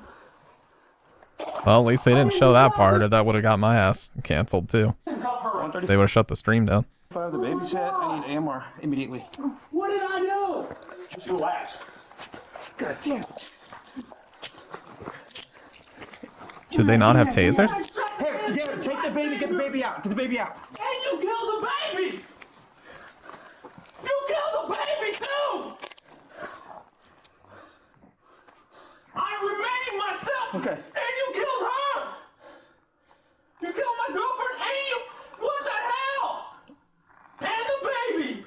The other responding officer finally comes inside, walking straight into the chaotic aftermath. I didn't do nothing, officer! Officer! That officer shot her! You know what? And the baby! What else to do with her? Why would she? Yeah, she charges at police. She's got the baby in one hand and a fucking butcher knife in the other, brandishing it upward, ready to stab. What the fuck did you think was gonna happen? He shot her! Stay calm. And the baby, sir! Okay, hey, we need to get the cuffs off her. She's going into, she's stopping. Cuffs off of me too, because I didn't do nothing! Quiet! He shot Hey, her! get over here. Get the cuffs off her. We're gonna start CPR. And you shot the baby! What are you doing, officer? Well, she's trying to stab me, guys, so... The officers start compressions on Maria, but there is to be no happy ending. Baby Destiny is taken to the hospital, where life-saving efforts end at 2:33 p.m. 5 minutes after that, her mother is pronounced dead at the scene. Dude. Your life's over. You good? You good? Yeah, I'm okay. All I could see was the... Shut the up! Hey, it's okay. All I could see was the knife. I didn't even see the baby anymore. Is Chad good? Chad's good. Okay. Yeah. Why is the husband handcuffed? Just in case he tries anything. Most likely. Because of what the wife just tried. Who knows if he's going to freak out and try something himself. Yes, the baby did die. He shot it. In a March 2025 statement, the Jackson County prosecutor announced that no charges would be filed against the officer who shot Maria and her baby, saying, "The evidence in this case shows the officer responded to an immediate threat of deadly force. The suddenness of the attack left no time for a different response, and the officer had no space to retreat." Yeah, he was backing into a closet. The report from the medical examiner revealed Maria's history of psychiatric conditions, including major depressive disorder, schizophrenia, and psychosis.